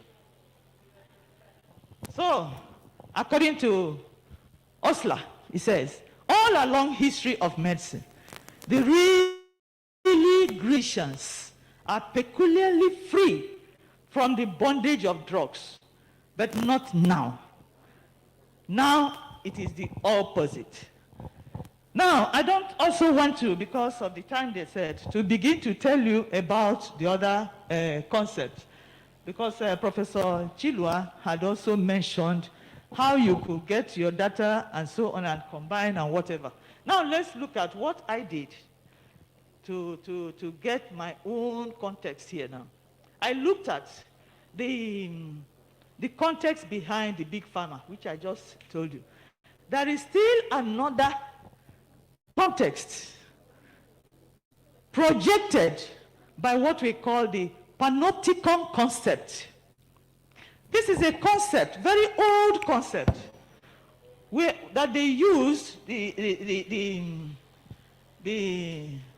law people, they use it to build cells. Have you visited any prison? In those days, the prison cells are built round one tower in the middle.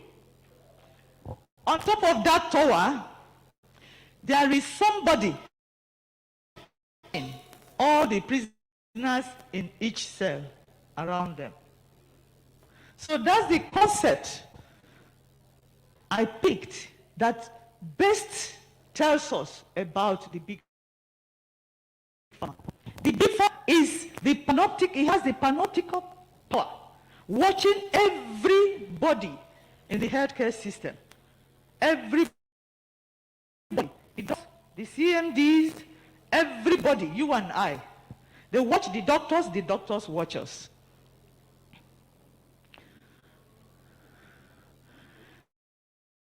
Unfortunately, this thing cannot go because I have many pictures that will just project the thing to you. But all the same, if you have the opportunity to put it in writing, you will see all of them. So the health workers are under constant surveillance, consolidated by the big pharma's automatic functioning of biopower. So this panopticon power creates all absolute regulations that guide matters of life and death. So this is a form of imprisonment, or rather incarceration of healthcare receivers and the healthcare givers.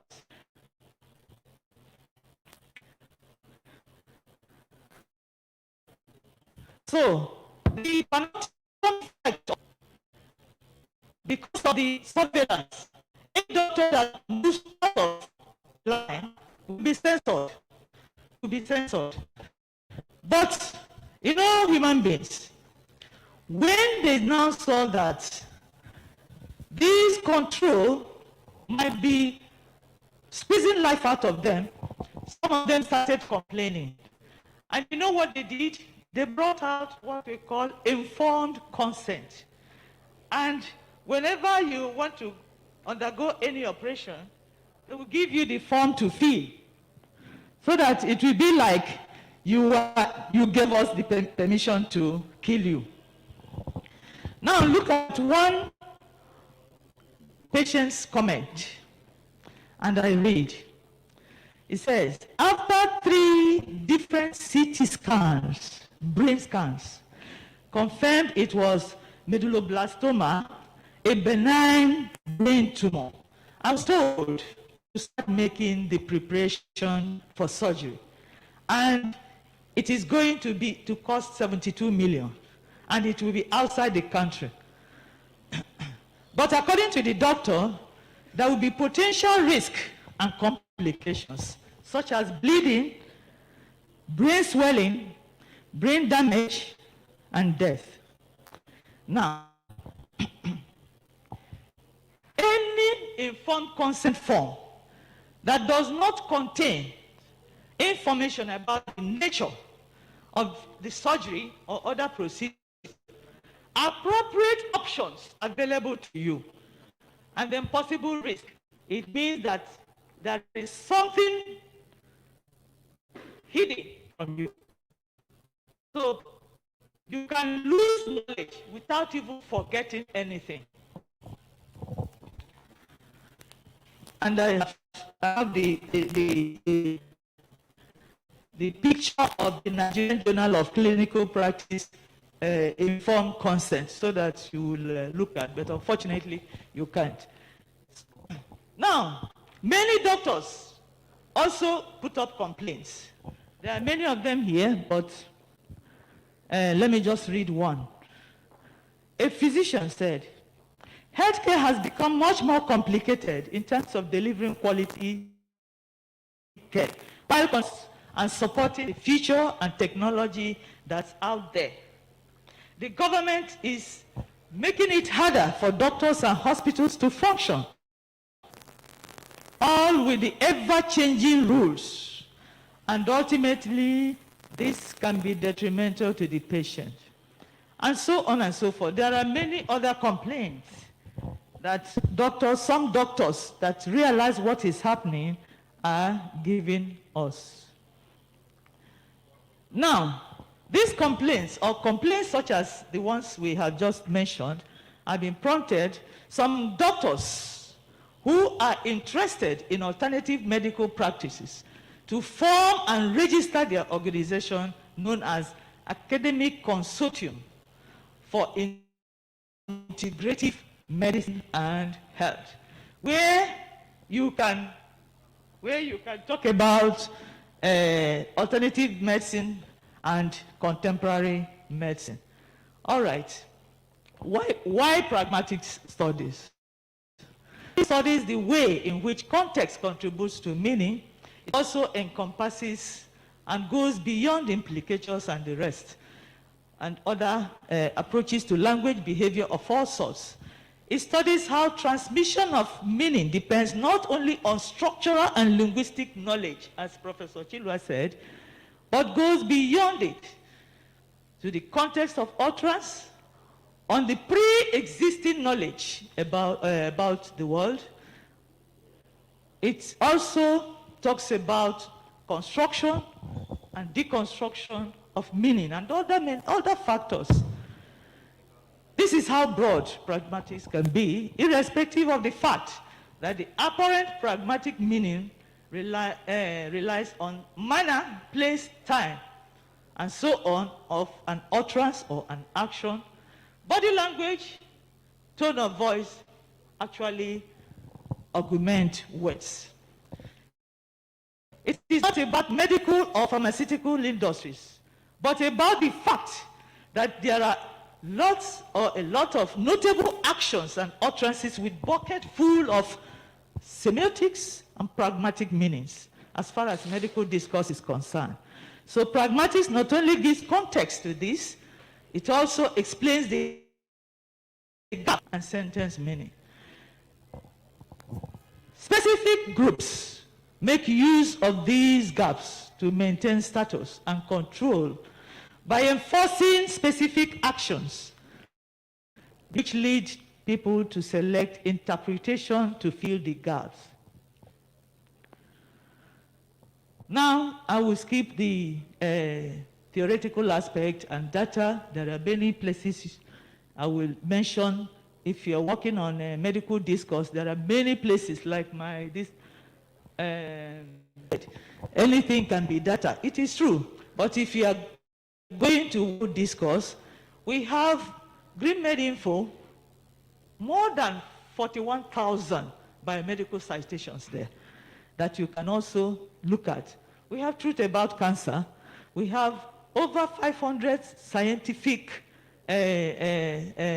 research articles on Medline, Science Direct.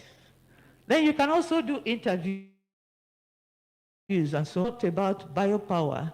Now let me pick one thing that a patient said, and then we'll look at it. This man was told by the son to drop the use of one particular drug. And the man said, could my doctor be wrong? I don't think so. Many other doctors prescribe the same drug to some of my friends and colleagues. Now, for the fact that his doctor prescribed the drug, he could not believe that the drug might be harmful because the doctor prescribed it. You see the confidence we have in the doctor. Recall that the doctors they were using APC before, using Fensic. I don't know whether how many of us here knew about APC and Fensic. These things are not in use anymore. They are not in use. So that is an example of how biopower can really affect our thinking. Now, biopower can make you vulnerable to enculturated doubts. For example, when your doctor tells you that you can do it, when you know you cannot, when he says it is natural to develop arthritis at this age, or when he says you have to learn to be old. Some doctors usually use language of disempowerment to entrench fear in their patients, and they are subjected to submission for their own protection, because everything is viewed as for your own protection. To entrench fear in their patients. So they can tell you something like, better be safe than sorry. Have you ever heard little voices in your head telling you, what if it gets worse? You were giving drugs and some other person says, no, this drug is not good. Why don't you use this type of fruit or vegetables to cure it? And you just, okay, agree. And when you get into your house, you feel, what if it gets worse? Have you ever thought in that direction? Or have you ever said to yourself, it was really serious, so I didn't have any choice? Or you tell yourself, just this once, let me just take this medicine just once. Or do you have prescription drugs that you take that you don't want people to know about? If you do, you are really under what we call biopower effect. This biopower effect feeds off your emotions, creating fear in you. A clear evidence is also that you are disconnected from yourself. You are disconnected from yourself. When you feel uncomfortable using a drug, but you cannot continue, but you are told about the side effect, negative side effect of the drug, but you still continue to use the drug because they are prescribed by the doctor. So you are under that effect. I picked just a particular aspect of medical discourse, metaphor only, and try to look at it from relevant theory. The time given to me now, but let me just summarize. In a relevant theory, what we are talking about is that we have input, that your input must combine with context to give you what we call contextual implication. So there are two variables. These two variables put together must be there. Input and what? Context, for you to get what you want. So I will go straight to one analysis, hoping that the time will help us to do it. Another patient who the doctor asked how he was feeling, and he said, the feeling is terrible. It is like a Frankenstein monster raging inside my body, and I do not know what to do, doctor. I honestly don't want to continue with this treatment. When I saw this utterance, the utterance, number one, immediately and automatically raises an expectation of relevance. The linguistically encoded meaning of the relevance in the phrase Frankenstein monster is the concept Frankenstein monster plus meanings, which denotes, if we have seen a monster before, although I have not seen one, but I see them in televisions. If you have seen one, it denotes something that is very large, something that is ugly, frightening. It's an imaginary creation created by Albert Frankenstein, which is metaphorically used to convey that drug, which is not a monster, is fearful, dreadful, threateningly insensitive, and that the speaker is a prey that is stalked by the drug, but he didn't know how to escape, and is about to be consumed by this terrifying carnivore. Although in the Frankenstein world, the Frankenstein created monster, the monster then is good and bad. So the pragmatic metaphor here explains how we move from encoded linguistic meaning to metaphorical interpretation, and how this supports continuity. So if we are to look at it again, Mr. X says that his drug is a Frankenstein monster, which means that the drug is a monster in the sentence with a typically fragmentary decoded meanings or sets of meanings. Then the Mr. X meant that drug is a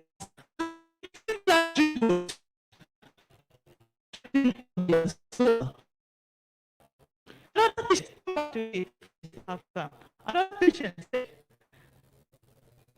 so asked by the doctor, how are you feeling? He said, oh, I live a hamster wheel life.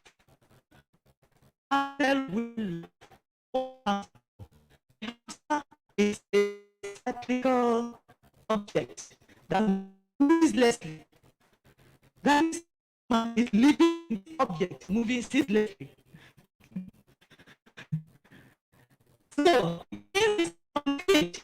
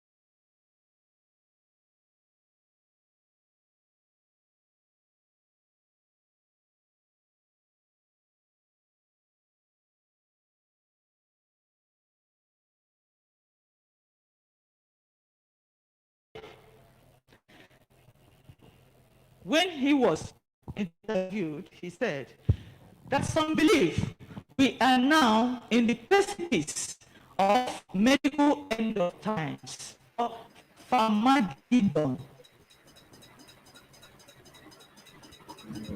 I picked this sentence. And we enrich the sentence with explicit contextual assumptions and contextual implications level, employing what we call mutual adjustments by a combination of both forward inferencing. When you do forward inferencing, we then move to existing encyclopedic features. Then we also did backward inferencing before we came to the conclusion.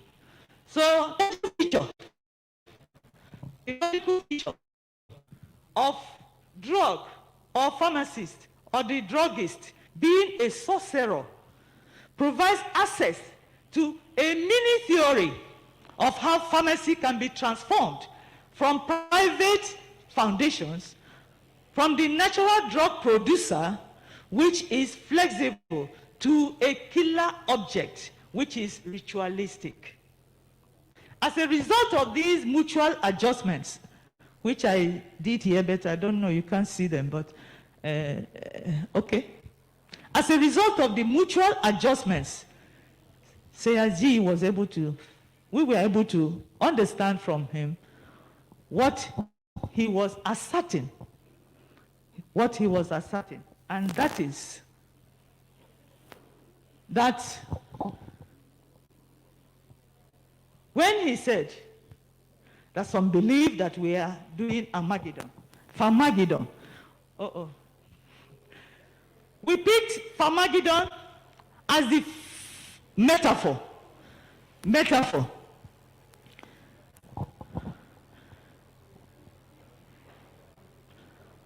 And looking at Pharmagedon, it's a blend between pharmacy and what? Armageddon. So if you look at your reference of Armageddon, Armageddon has to do with war between good and evil. War between good and evil. And then the pharmacy part of it. We know that pharmacy has to do with drug production, cosmetics, and so on. But in the context and our reference to another metaphor within pharmacy, we picked the ritualistic aspect of it, because that metaphor is explaining to us the concept of the scapegoat. The origin of metaphor is the concept of the scapegoat, where you will bring something to sacrifice. Therefore, if you put the two together, you will find out that pharmacists, what he's meaning here is that the pharmacists are sorcerers, the drugs are poison or poisonous, and then we have conflict between good and evil, apocalyptic conflicts. When we remember the Armageddon, the doomsday, we are talking then about the end of history. So contextually speaking, what is it that he's saying? He's saying that drug war portends the end of natural healing and the beginning of medical mass control. So the overall meaning of that discourse is that drug-giving medicine is a form of chemical mass control, which obliterates the art of natural medical treatment. And he buttresses it by saying that what disease, that's the question we keep asking, what disease has been found to be caused by a lack of drug? Is heart disease caused by a lack of statin? Is cancer, for example, caused by lack of chemotherapy? These are the questions you really need to give answers to. Now the question here is, it is quite easy to fool people than to convince them that they have been fooled. This is not my quotation, it's from Mark Twain. So in this paper, we have seen the pragmatic analysis of just one or two medical discourses as it pertains to life, with emphasis of metaphorical examples, which are given or widely seen as utterances of patients and medical literature, and how hearers are able to recover inferential emergent features of meaning, as opposed to other non-inferential features like domain mapping. It goes beyond domain mapping. It goes beyond the continuum approach. So we have explicit content being enriched by mutual adjustment processes. And mutual adjustment processes can either be broadening or loosening. Then it is also by what we call emergent features, for you to get your contextual implication or what we call cognitive effects. We can also go through this using the contextual assumptions.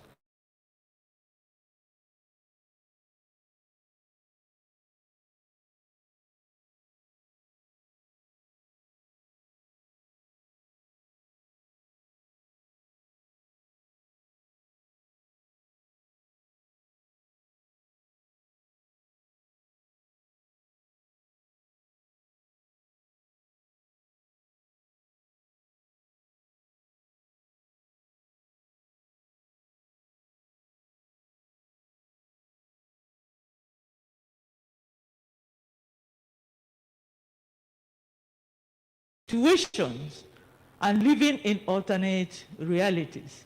To be able to change a bad situation, you have to unravel what you do not know. And one sure way of doing this scientifically is through pragmatics. Hence, my attempt to try to expose the unknowns that we know that are bound in the healthcare system. So healthcare system is generally not only replete with pragmatic metaphoric discourses that show that we do not know, or what we do not know is far more than what we know in healthcare delivery. So healthcare delivery globally and locally is itself a pragmatic irony, since it is an indirect negation from what we have seen, or an intentional denial of what's supposed to be, as if we go by what the father of medicine proposed. That father of medicine said, "Let food be thy medicine." Have you heard about it? And medicine, thy food. So in this sense, I join Amanda Gorman to say that what just is isn't always just is. So at least if you go through this in details, you will know when you will follow a doctor sheepishly, or when a doctor tells you XYZ, you analyze it and come up with what you think as a pragmaticist the doctor is saying. So let us not just follow the group. Doctor said I should do this. The doctor said I should not do this. No, that is the essence of this lecture. It's just to expose us to some of the medical languages used in the healthcare system, and to also tell us that sometimes, in fact, the doctor is in an establishment controlled by the big pharma. So when you go to the hospital and the doctor finishes treating you, he gives you the prescription paper, and somebody else will collect prescription paper from you. Have you experienced that? And then take it to the pharmacy.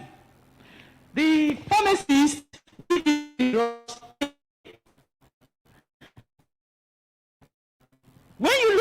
happening in the section. Many of these drug companies, they supply drugs to hospitals. When he prescribes for you one drug A. When you go to pharmacy, drug A is not there, they will change it to drug B. Because that's what the hospital has.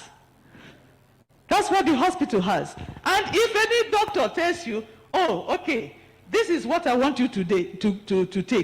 Take it. Go to the town and buy that one. This is the particular one. That doctor will be censured. Once they know that that is what they can even withhold his certificate.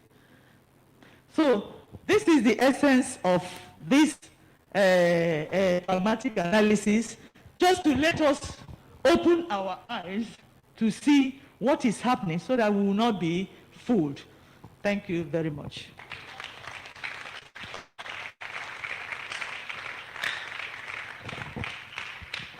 Thank you, Ma. I think we can do better than that. Please, Ahmed Mukhtar, you are kindly advised to see Dr. MBCK, PrAN VP. Ahmed Mukhtar. This is another wonderful presentation.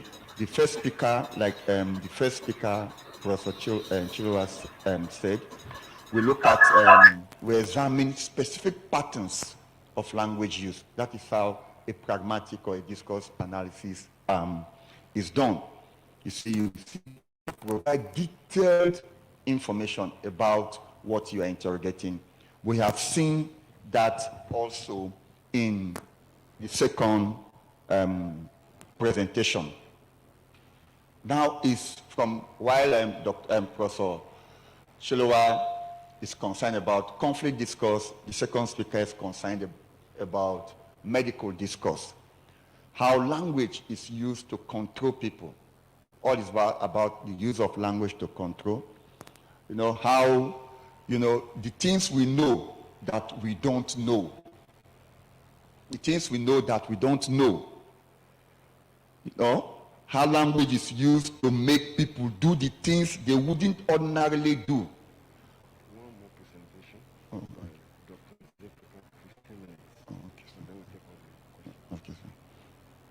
So, how language is used to entrench fear in people. So, language is a very powerful instrument that is used to control.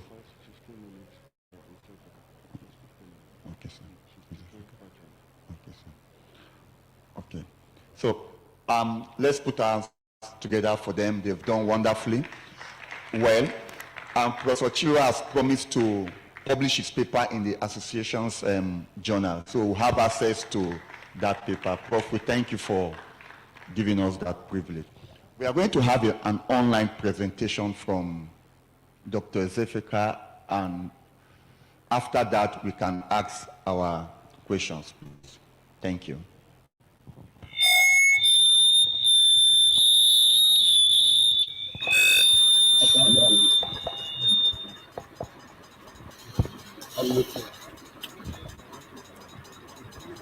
Hello. Hello.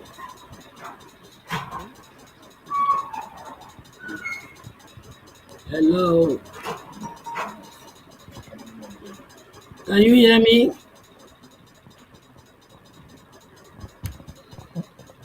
Somebody can hear me.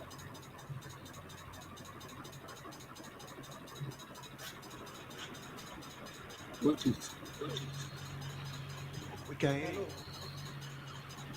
We can hear you. Please go ahead. Okay. Hello, good afternoon, everybody. This is Dr. Ezefika, and I was supposed to speak at the symposium, of the pre-conference symposium, but because of some hitches, I could not present. So I am presenting my paper today as part of the pre-conference symposium. And with that, I say, I don't know whether to say good morning or good afternoon to the PrAN executives, the LOC, all conferees. I am privileged to be invited to speak at this August Assembly of the 4th Pragmatic Association of Nigeria 2021 International Conference. And I thank the PrAN executives for finding me worthy to present at this August Assembly. The topic I was given to speak on is theories of pragmatics and the English language in Nigeria. But I have taken as my topic lexical pragmatics and Nigerian English, the neo-Gricean and relevance theory approach. I am going to be talking with this outline. I will introduce and then give some definitions of the lexical pragmatics. And then I'll look at the lexical pragmatics versus lexical semantics, how they interface to convey meaning. Then I'll look at lexical pragmatic inferential processes. And then I'll look at the theoretical basis, which is the neo-Gricean models of generalized and particularized conversational implicature and relevance theory. Thereafter, I will look at what we mean by Nigerian English, because that is where our data will be coming from. And I've decided to call this type of English a new English. Thereafter, I'll look at the Nigerian English samples of pragmatic processes, and then I will conclude. Introduction. Lexical pragmatics was introduced in pragmatic study by Macaulay in 1978. And many scholars in lexical pragmatics see it as a reaction to lexical semantics, which accounts for static, denotative, literal meaning that seem to make an array of word meanings ambiguous. Such semantic interpretations preclude the importance of contextual meaning. That is, intended speaker meaning, how what gets communicated is more than what is said. How even the unsaid is part of what is communicated. And how such intended meanings are decoded or inferred by the hearer or audience. And these all fall under the reign of pragmatics. So basically, lexical pragmatics is a pragmatic research paradigm that is concerned with the semantic underspecification of lexical items. When we say semantic underspecification, we mean that semantics cannot account for all the meanings there are in a lexical item, that we need pragmatic interface for that. So let's some definitions of lexical pragmatics. We're not going to be bothered with too many of them because there are so many of them in literature, but I'm going to take one or two. They are processes by which word meanings are pragmatically modulated in context, resulting in communicated ad hoc concepts that are different from concepts encoded by the words. This definition was given by Hall, 2017. Then we look at another definition which says it's a systematic study of aspects of meaning-related properties of lexical items that are dependent on or modified in language in use. That part of lexical meaning, which is parasitic on what is coded, but is not part of what is coded. So the hallmark of lexical pragmatics, the person who gave the last definition was Wang, 2009. So the hallmark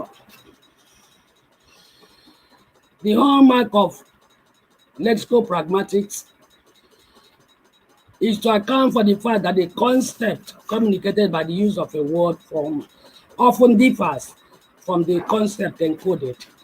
Hence, the need for an approach that combines the phenomenon of lexico-semantic underspecification with a theory of pragmatic strengthening. So what are the pertinent questions that LexPrag? Because I've decided to call it LexPrag to make it easier. What are those pertinent questions in LexPrag? It asks the question, how are underspecified meanings inferred by the hearer? How does the hearer arrive at the appropriate meaning out of the many different meanings that the encoded word may seem to have expressed without all of them being stable in the mind? What is the gap between the encoded concepts and the concepts communicated by the speaker? What types of inferential processes are required to fill this gap? So we bear these questions in mind as we move on.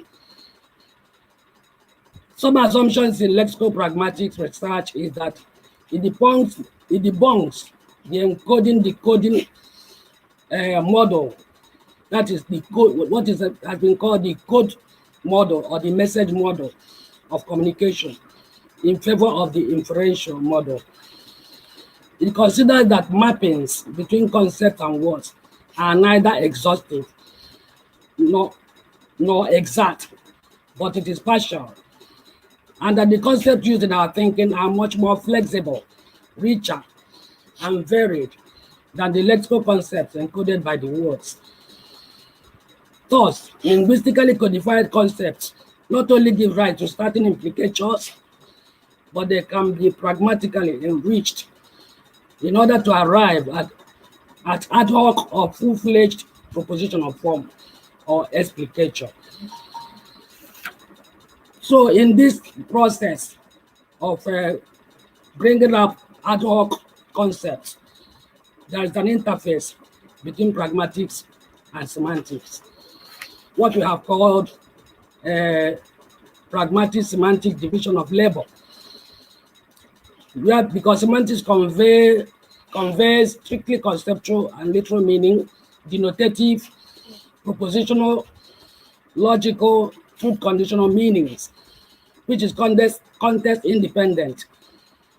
But pragmatic meaning is non-literal, utterance meaning, non-conventional, non-truth conditional, and context dependent. Therefore, semantic interpretation is uneconomical in accounting for all the meanings that the words may have, because it will make all of them ambiguous. Therefore, we need a more economical approach to semantic underspecification, which recognizes the role of pragmatic enrichment in order to arrive at the appropriate online emergent ad hoc propositional content. Therefore, we can say that semantics provide the input, while pragmatics accounts for the output. So we look at these lexical inferential processes. In literature, there are many of them, but we shall take only 4 in this particular one. There are what we call narrowing, broadening, and broadening include approximation and category extension. Then we have metaphorical extension, neologisms, lexical cloning, and others. But we are focusing on only 4: narrowing, broadening, category extension, neologisms, and metaphor. Now let's see what narrowing means. Narrowing occurs when a word is used to convey a more specific sense than the encoded more general sense, resulting in a restriction of the linguistically specified denotation. This definition was given by West in 2003. He gave examples like, if you say, I need a drink, anybody who is nearby will interpret it as an alcoholic drink. It will not be interpreted as water, juice, or coffee, but an alcoholic drink. If you say she has a temperature, it means high temperature. And the other concept is high. They went for carols The article concept is Christmas carols. Still, these are narrowed from general sense to restricted sense. We have broadening.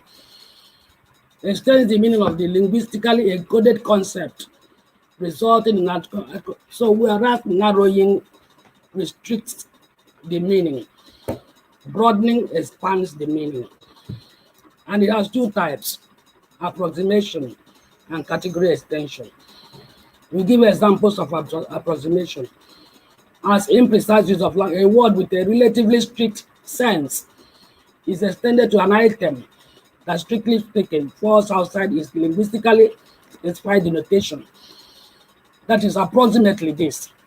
It's not this. So if you say my tire is flat, it means it's approximately flat. It's not flat as in the real sense of the word. The word is round, approximately round. The children formed a circle. They couldn't have formed a precise circle.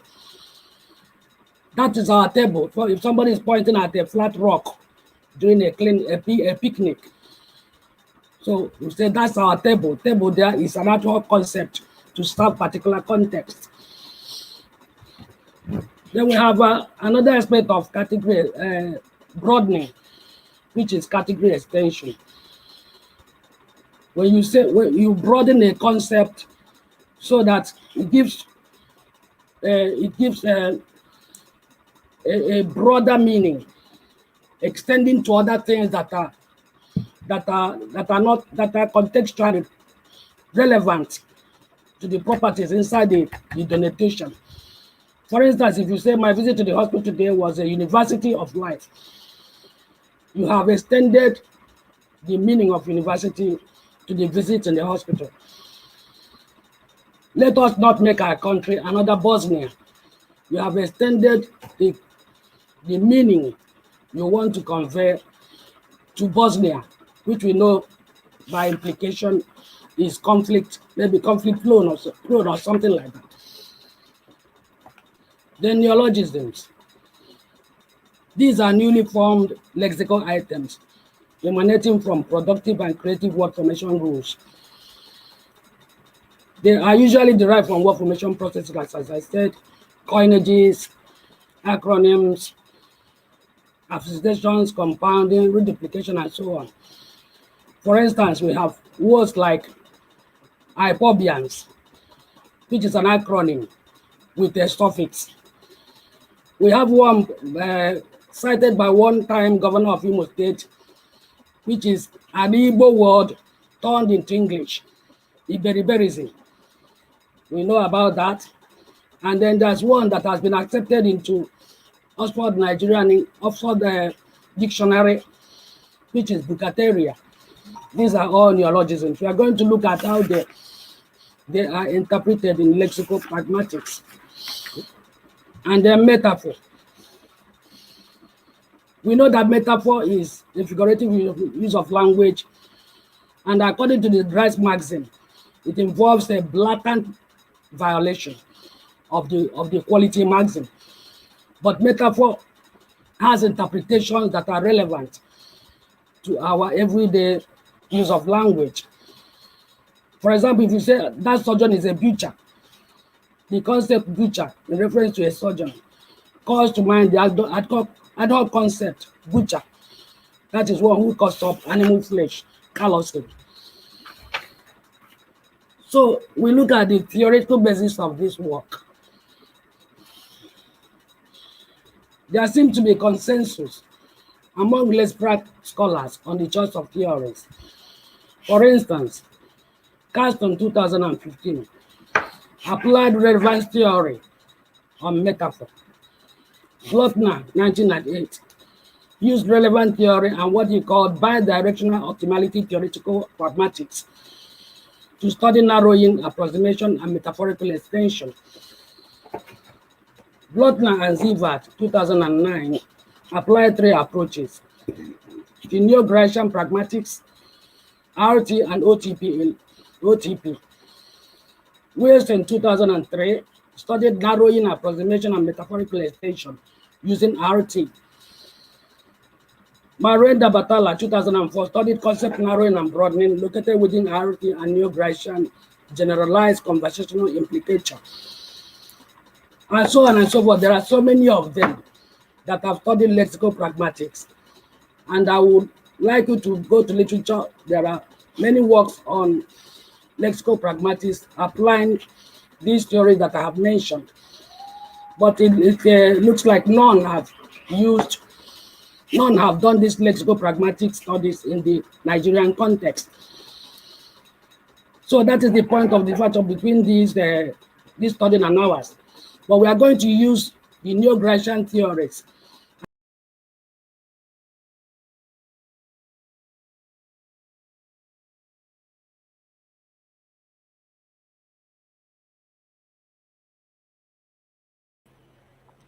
She has looked at how lexical semantics and lexical pragmatics interface to convey meaning, specifically in the context of Nigerian English.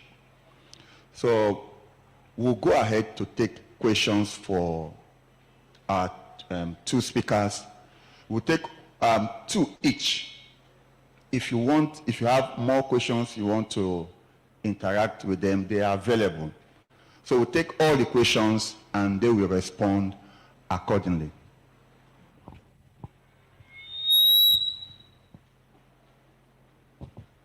Who has a question?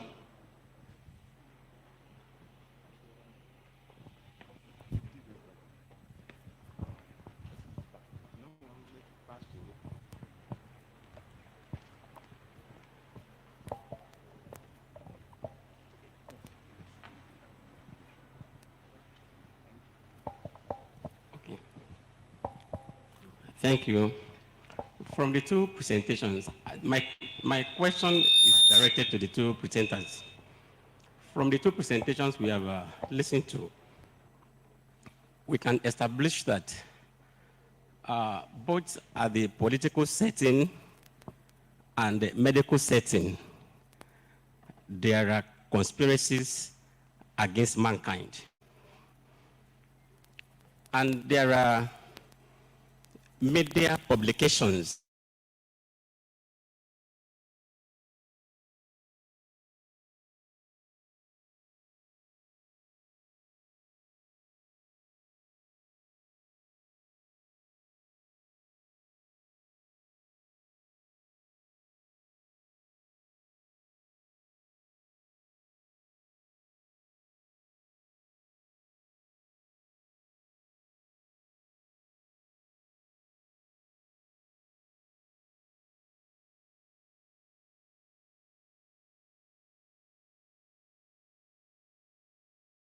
were confirmed. Now, in pragmatic analysis, how do we treat data about all these rumors that we knew, in fact, are the sources of the problem of the world? Do we allude to them? Do we use them? Minding the fact that the sources of all these rumors, the conspirators are powerful people in the world that can sue and unsue. How do we handle data about this rumor whenever we are making pragmatic finding? Thank you very much. Please, if you kindly go to your question, ask your question. At times, if you ask some questions, even the speaker will be confused. Please go straight to your question.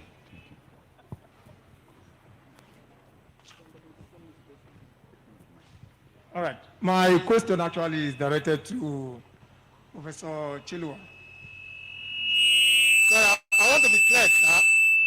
In the course of you're trying to expatiate on how text are to be analyzed in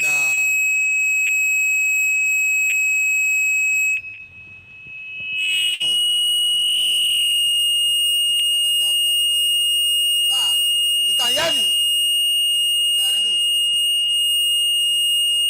Please, I want to be clear. In the course of you're trying to explain or try to tell us what analysis is when we try to make an analysis on the conflict discourse. And you said something about the micro and the macro. Please, I want to be clear. Is it wrong if, as an analyst, if I decide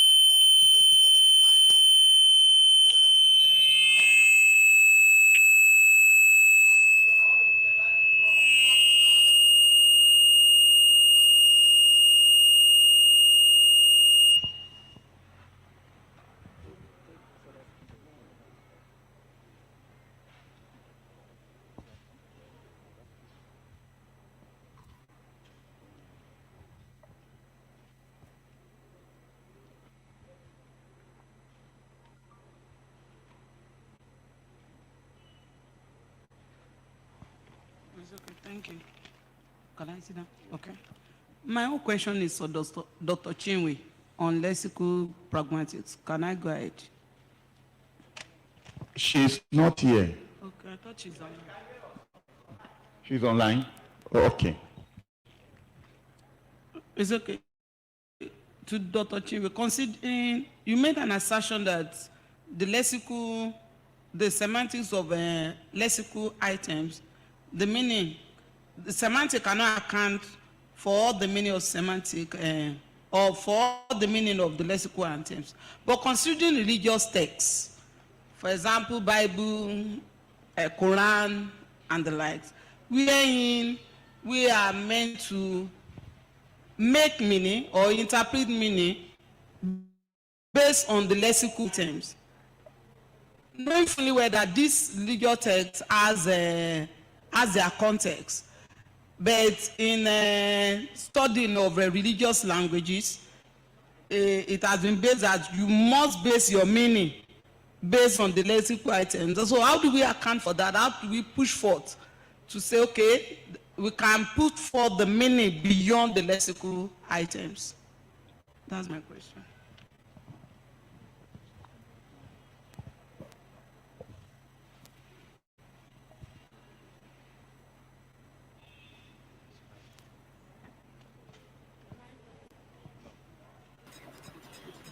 Hello. Thank you very much. My question is particularly directed, or my observation first of all, and then question to Professor Ugu, and then to Professor Chilua by implication. All right.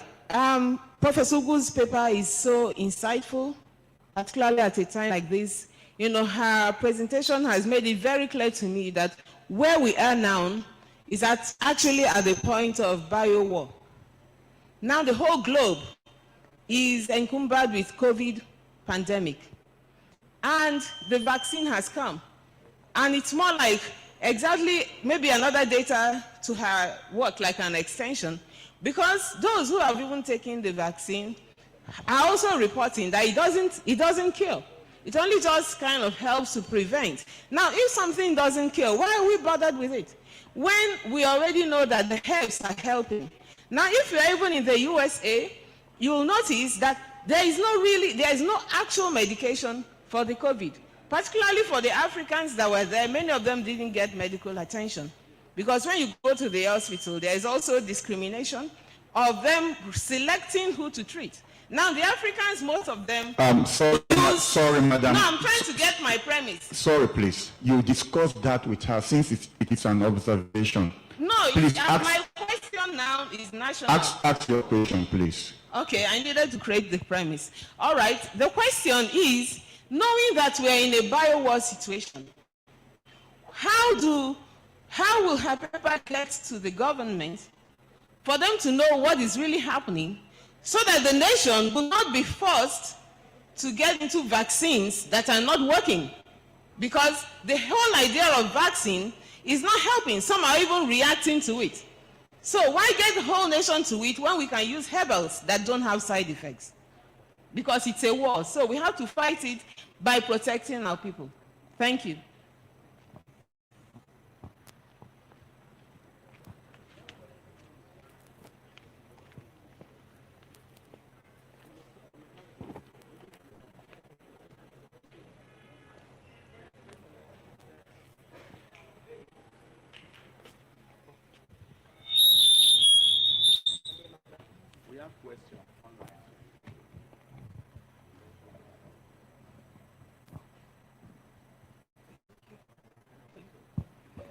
Okay. Thank you, Professor Ugu, for that insightful teaching. My question is this. For those of us in language that are carrying out medical studies, can a blend of medical theory and language method be appropriate when carrying out medical studies and you are in language? Thank you. I'm sorry, sir. Why are you going to ask the question? Your question is directed to who, please? Who do you want to ask? Why are you asking the question? Professor Chilwa or Professor Ugu? No, I'm sorry. We have questions online too, so we can't take that. I'm sorry. So, who responds first? Okay. Thank you very much. Let me start with this, the last speaker. Can you combine linguistic theory and medical theory?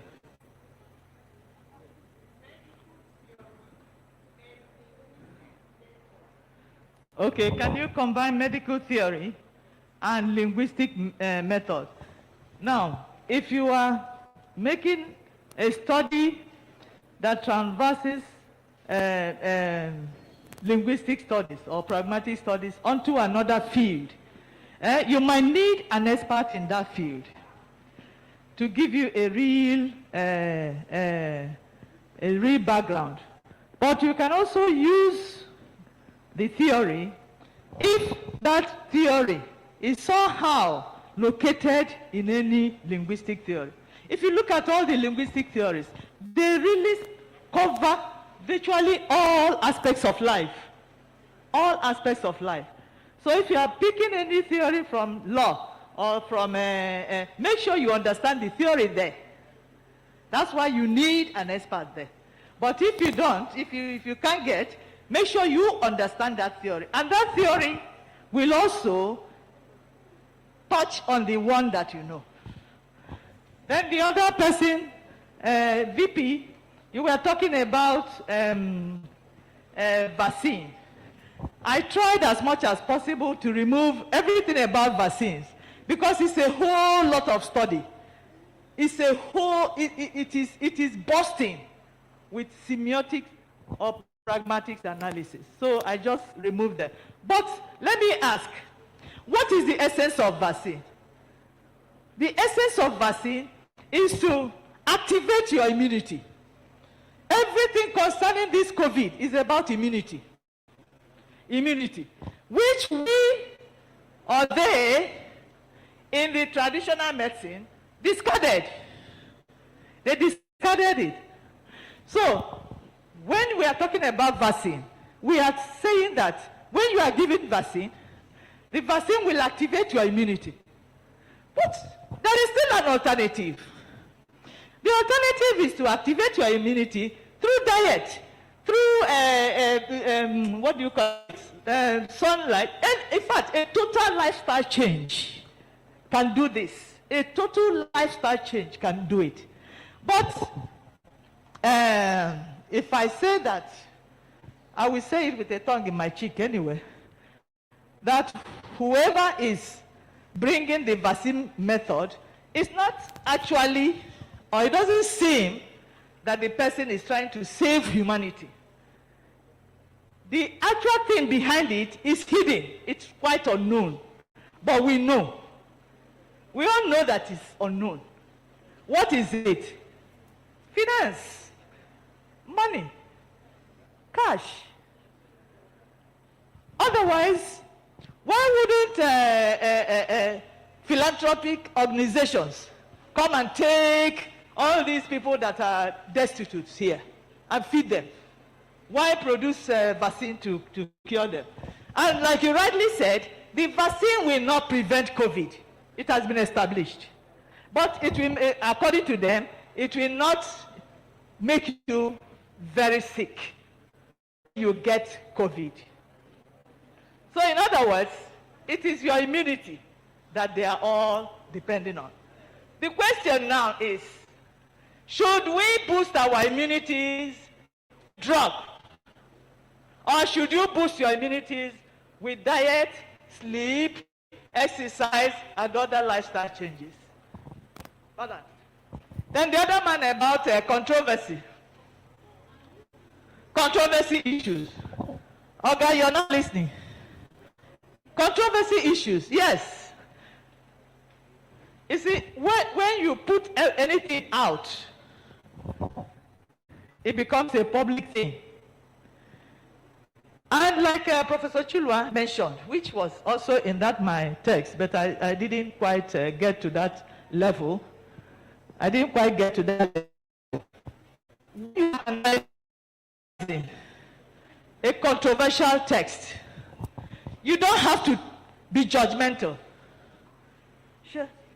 You don't have to be judgmental. You are analyzing what is in your text. Somebody's holding you accountable for what you said. It is there in the text. You talk to the text. I hope I have, okay. So he will expand on it. Thank you very much. In addition to what Prof. Ugu had just said, if you listen to my lecture, I did say that some so-called analysis often sound like newspaper articles. We sometimes write like journalists. We take sides. We preempt people, and then we sometimes even get into trouble in the process. It doesn't matter who is there, who gives the data. It doesn't matter who the speaker was or is. What you're analyzing is what's in front of you. And then do your analysis, present your findings, and then you publish. And then whoever wants to make use of your research findings will find it useful. I also want to, the person that asked the question about whether she should apply medical theory to do research while she's a linguistic scholar. If you listen to Professor Ugu, you will discover that while she used medical data, her theory is purely linguistic. You don't need a medical theory, especially if you don't have somebody from the medical field to team up with you. When she was writing this paper, she didn't need an expert in medical sciences who will supply the medical theory there. You are a linguist. You mastered the theory in linguistics. She did relevance theory, and then she did metaphor studies using the theory of relevance.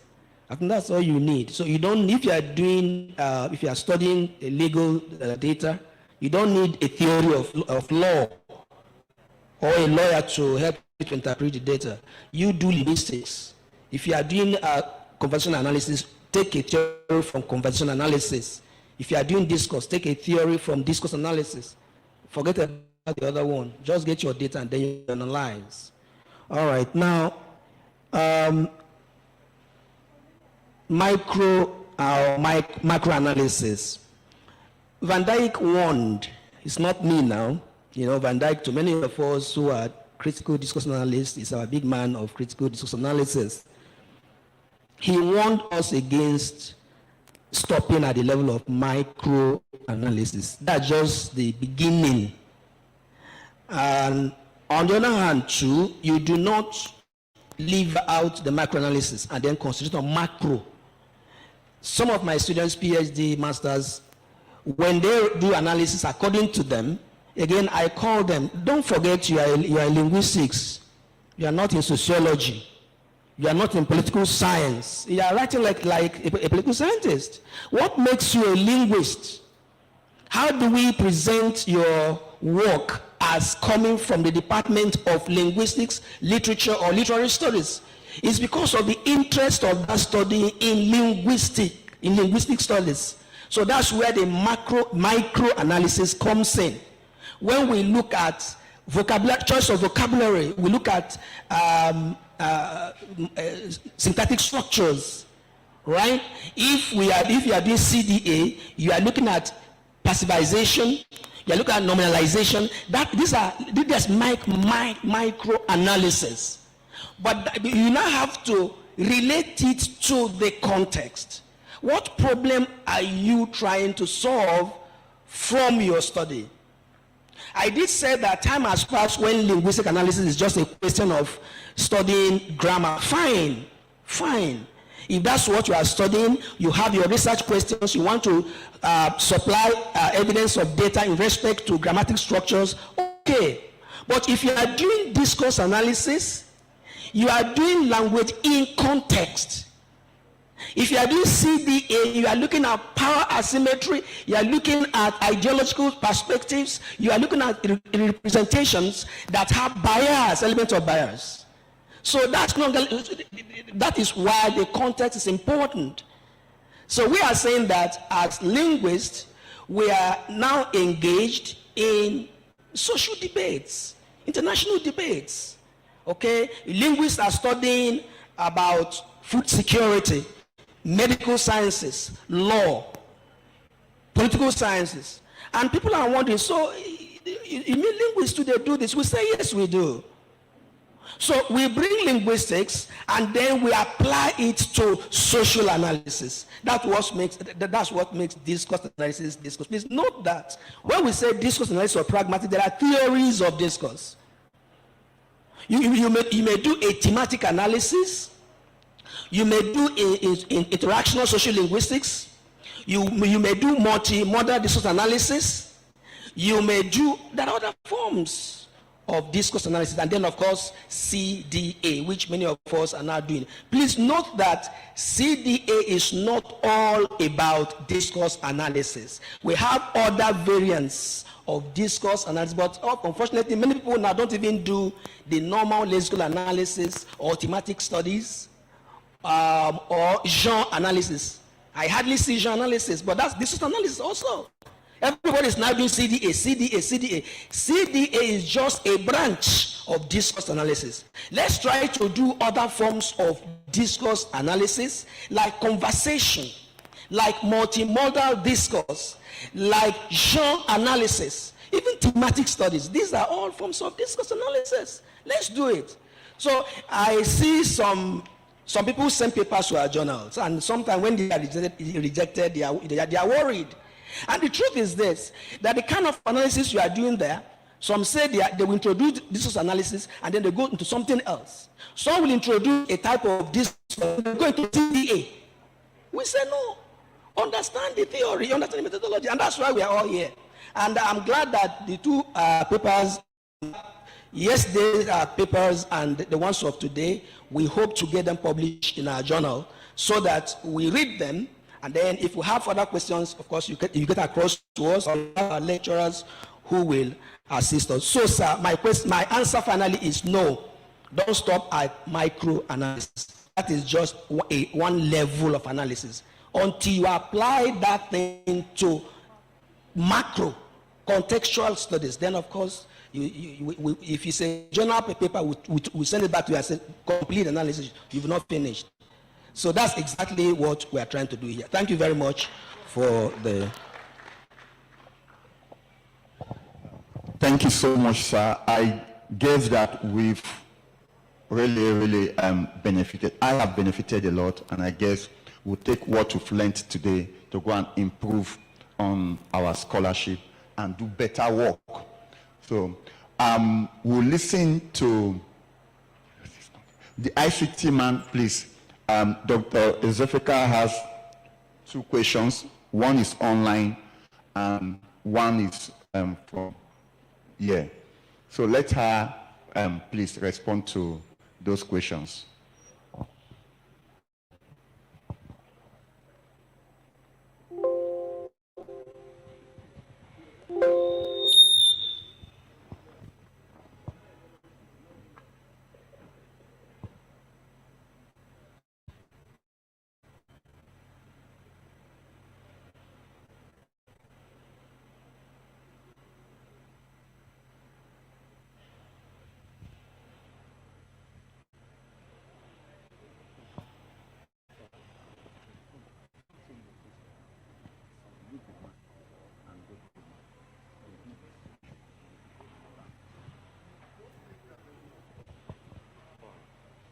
Okay, we can't take that anymore since we can't connect with her. So I will call on our national president to hear something to say for us. I will thank our presenters. Let's please put our hands together for them. They've done wonderfully well.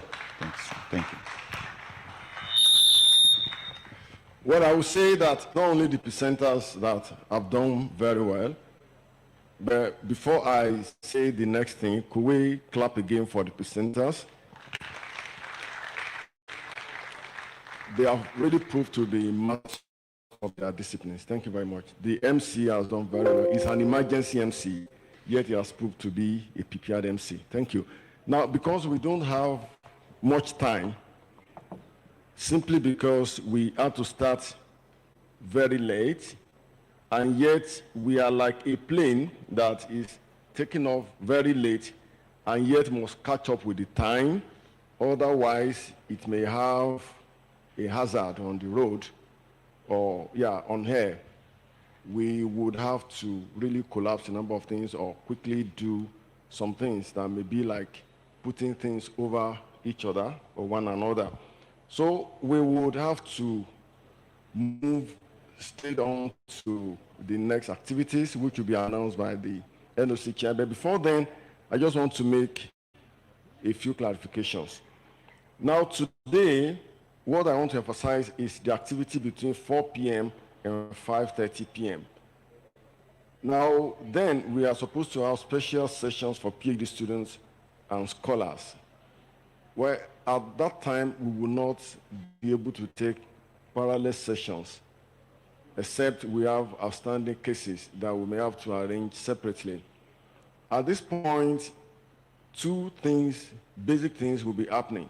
Number one, we are going to have by special interactive sessions, we mean the special interest groups. The coordinators of the special interest groups will come and announce to us how many groups.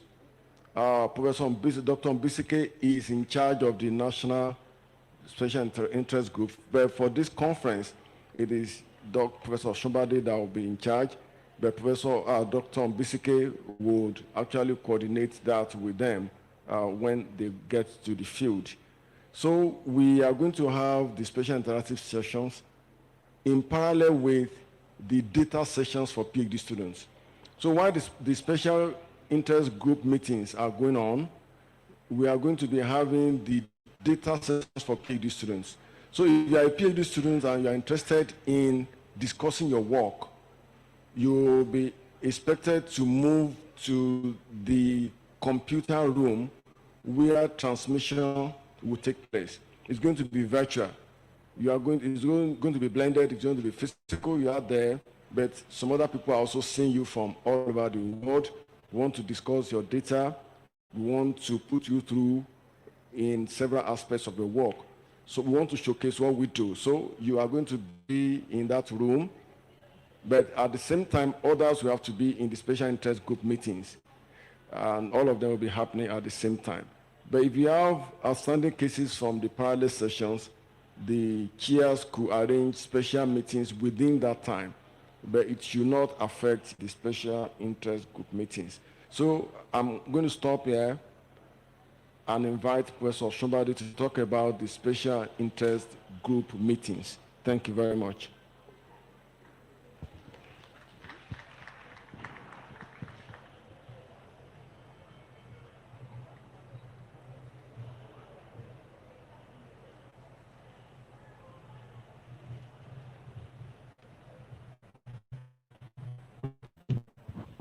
Thank you, boss.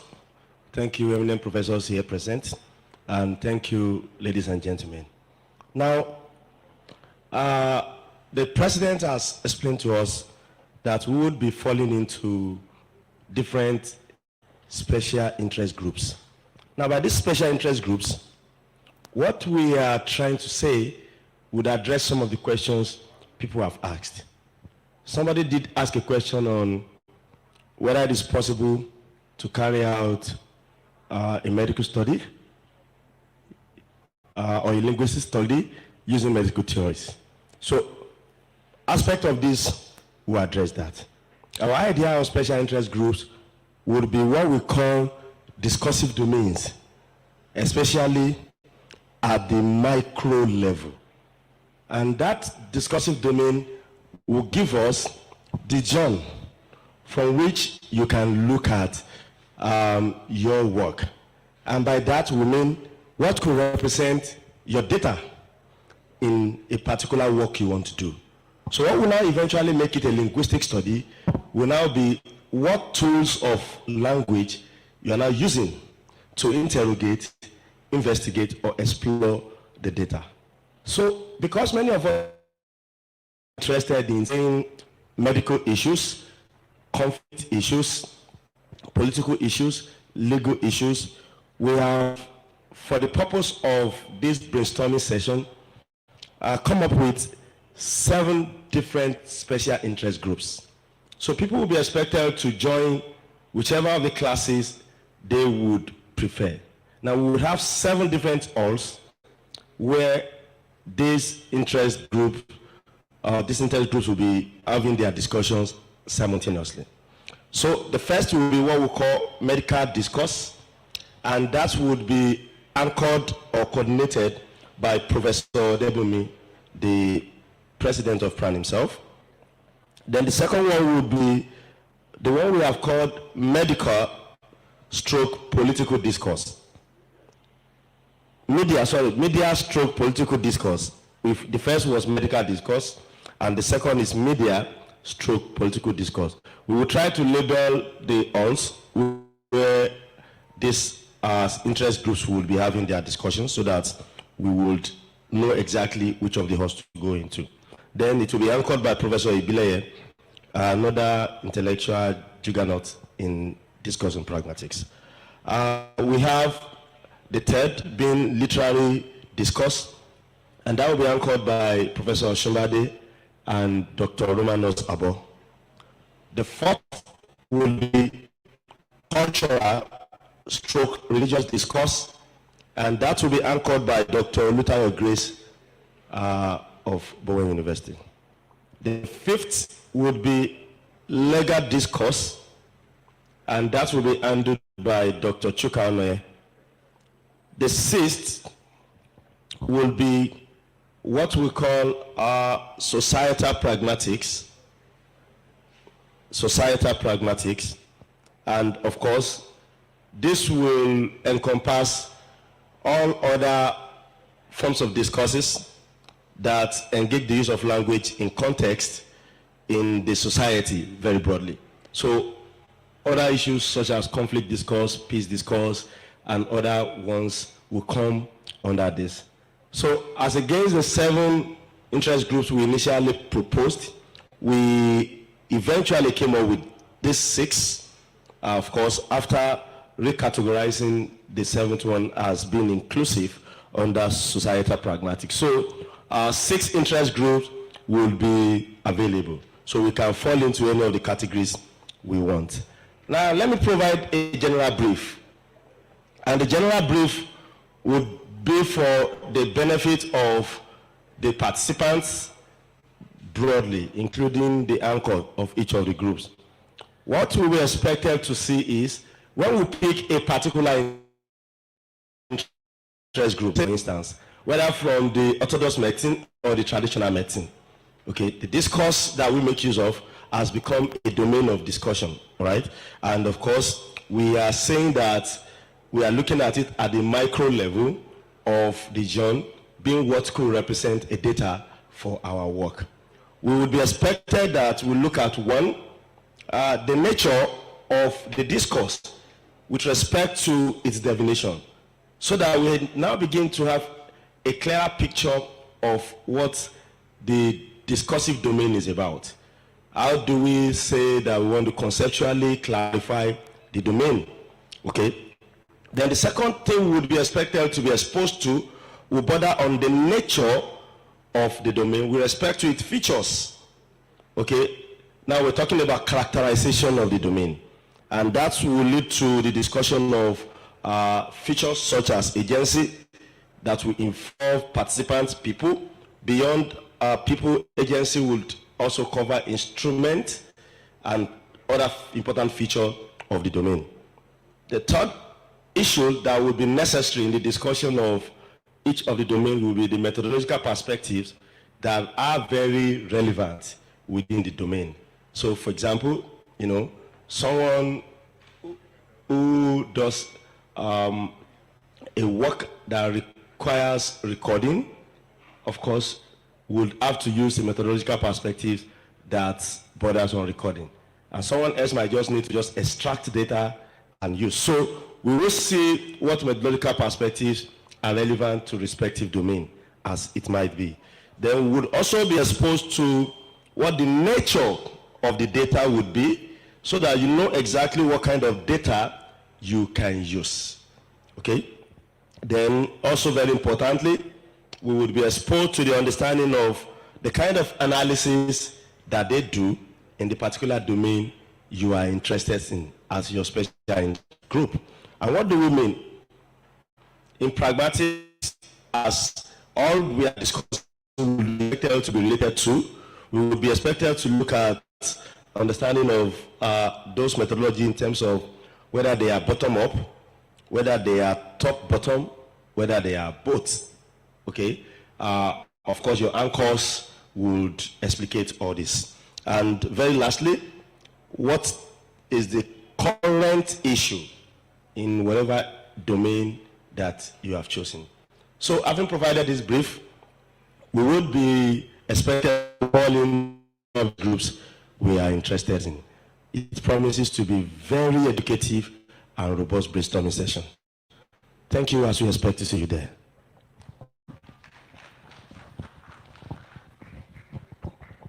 Thank you very much, Professor Oshimbade. Distinguished participants, thank you very much for your patience and your contributions. I want to use this opportunity to thank our plenary speakers for their insightful lectures. Time is not our friend, so we want to move quickly. We shall be leaving here immediately, and we shall head for the ICT Center, where we're going to continue our parallel sessions that we started yesterday evening for 1 hour, just 1 hour. After an hour, we shall go for the annual general meeting. And I want to appeal to the LOC that they should inform the caterers to bring the lunch to the ICT. We are not going to break officially for lunch. We shall have our lunch there. Immediately after the AGM and lunch, we shall proceed to the brainstorming and workshop sessions, which Professor Oshimbade has just itemized. Then the special session for PhD students, which will be coordinated by the National President and Professor Vatunde, will be beamed live. So all our PhD students who are here should be ready to join that session. I wish us an eventful moment, and as we continue, the Lord will be with us. With the permission of the National President and National Officers, LOC, I want to bring this session to a temporary close as we move to the ICT. Thank you very much.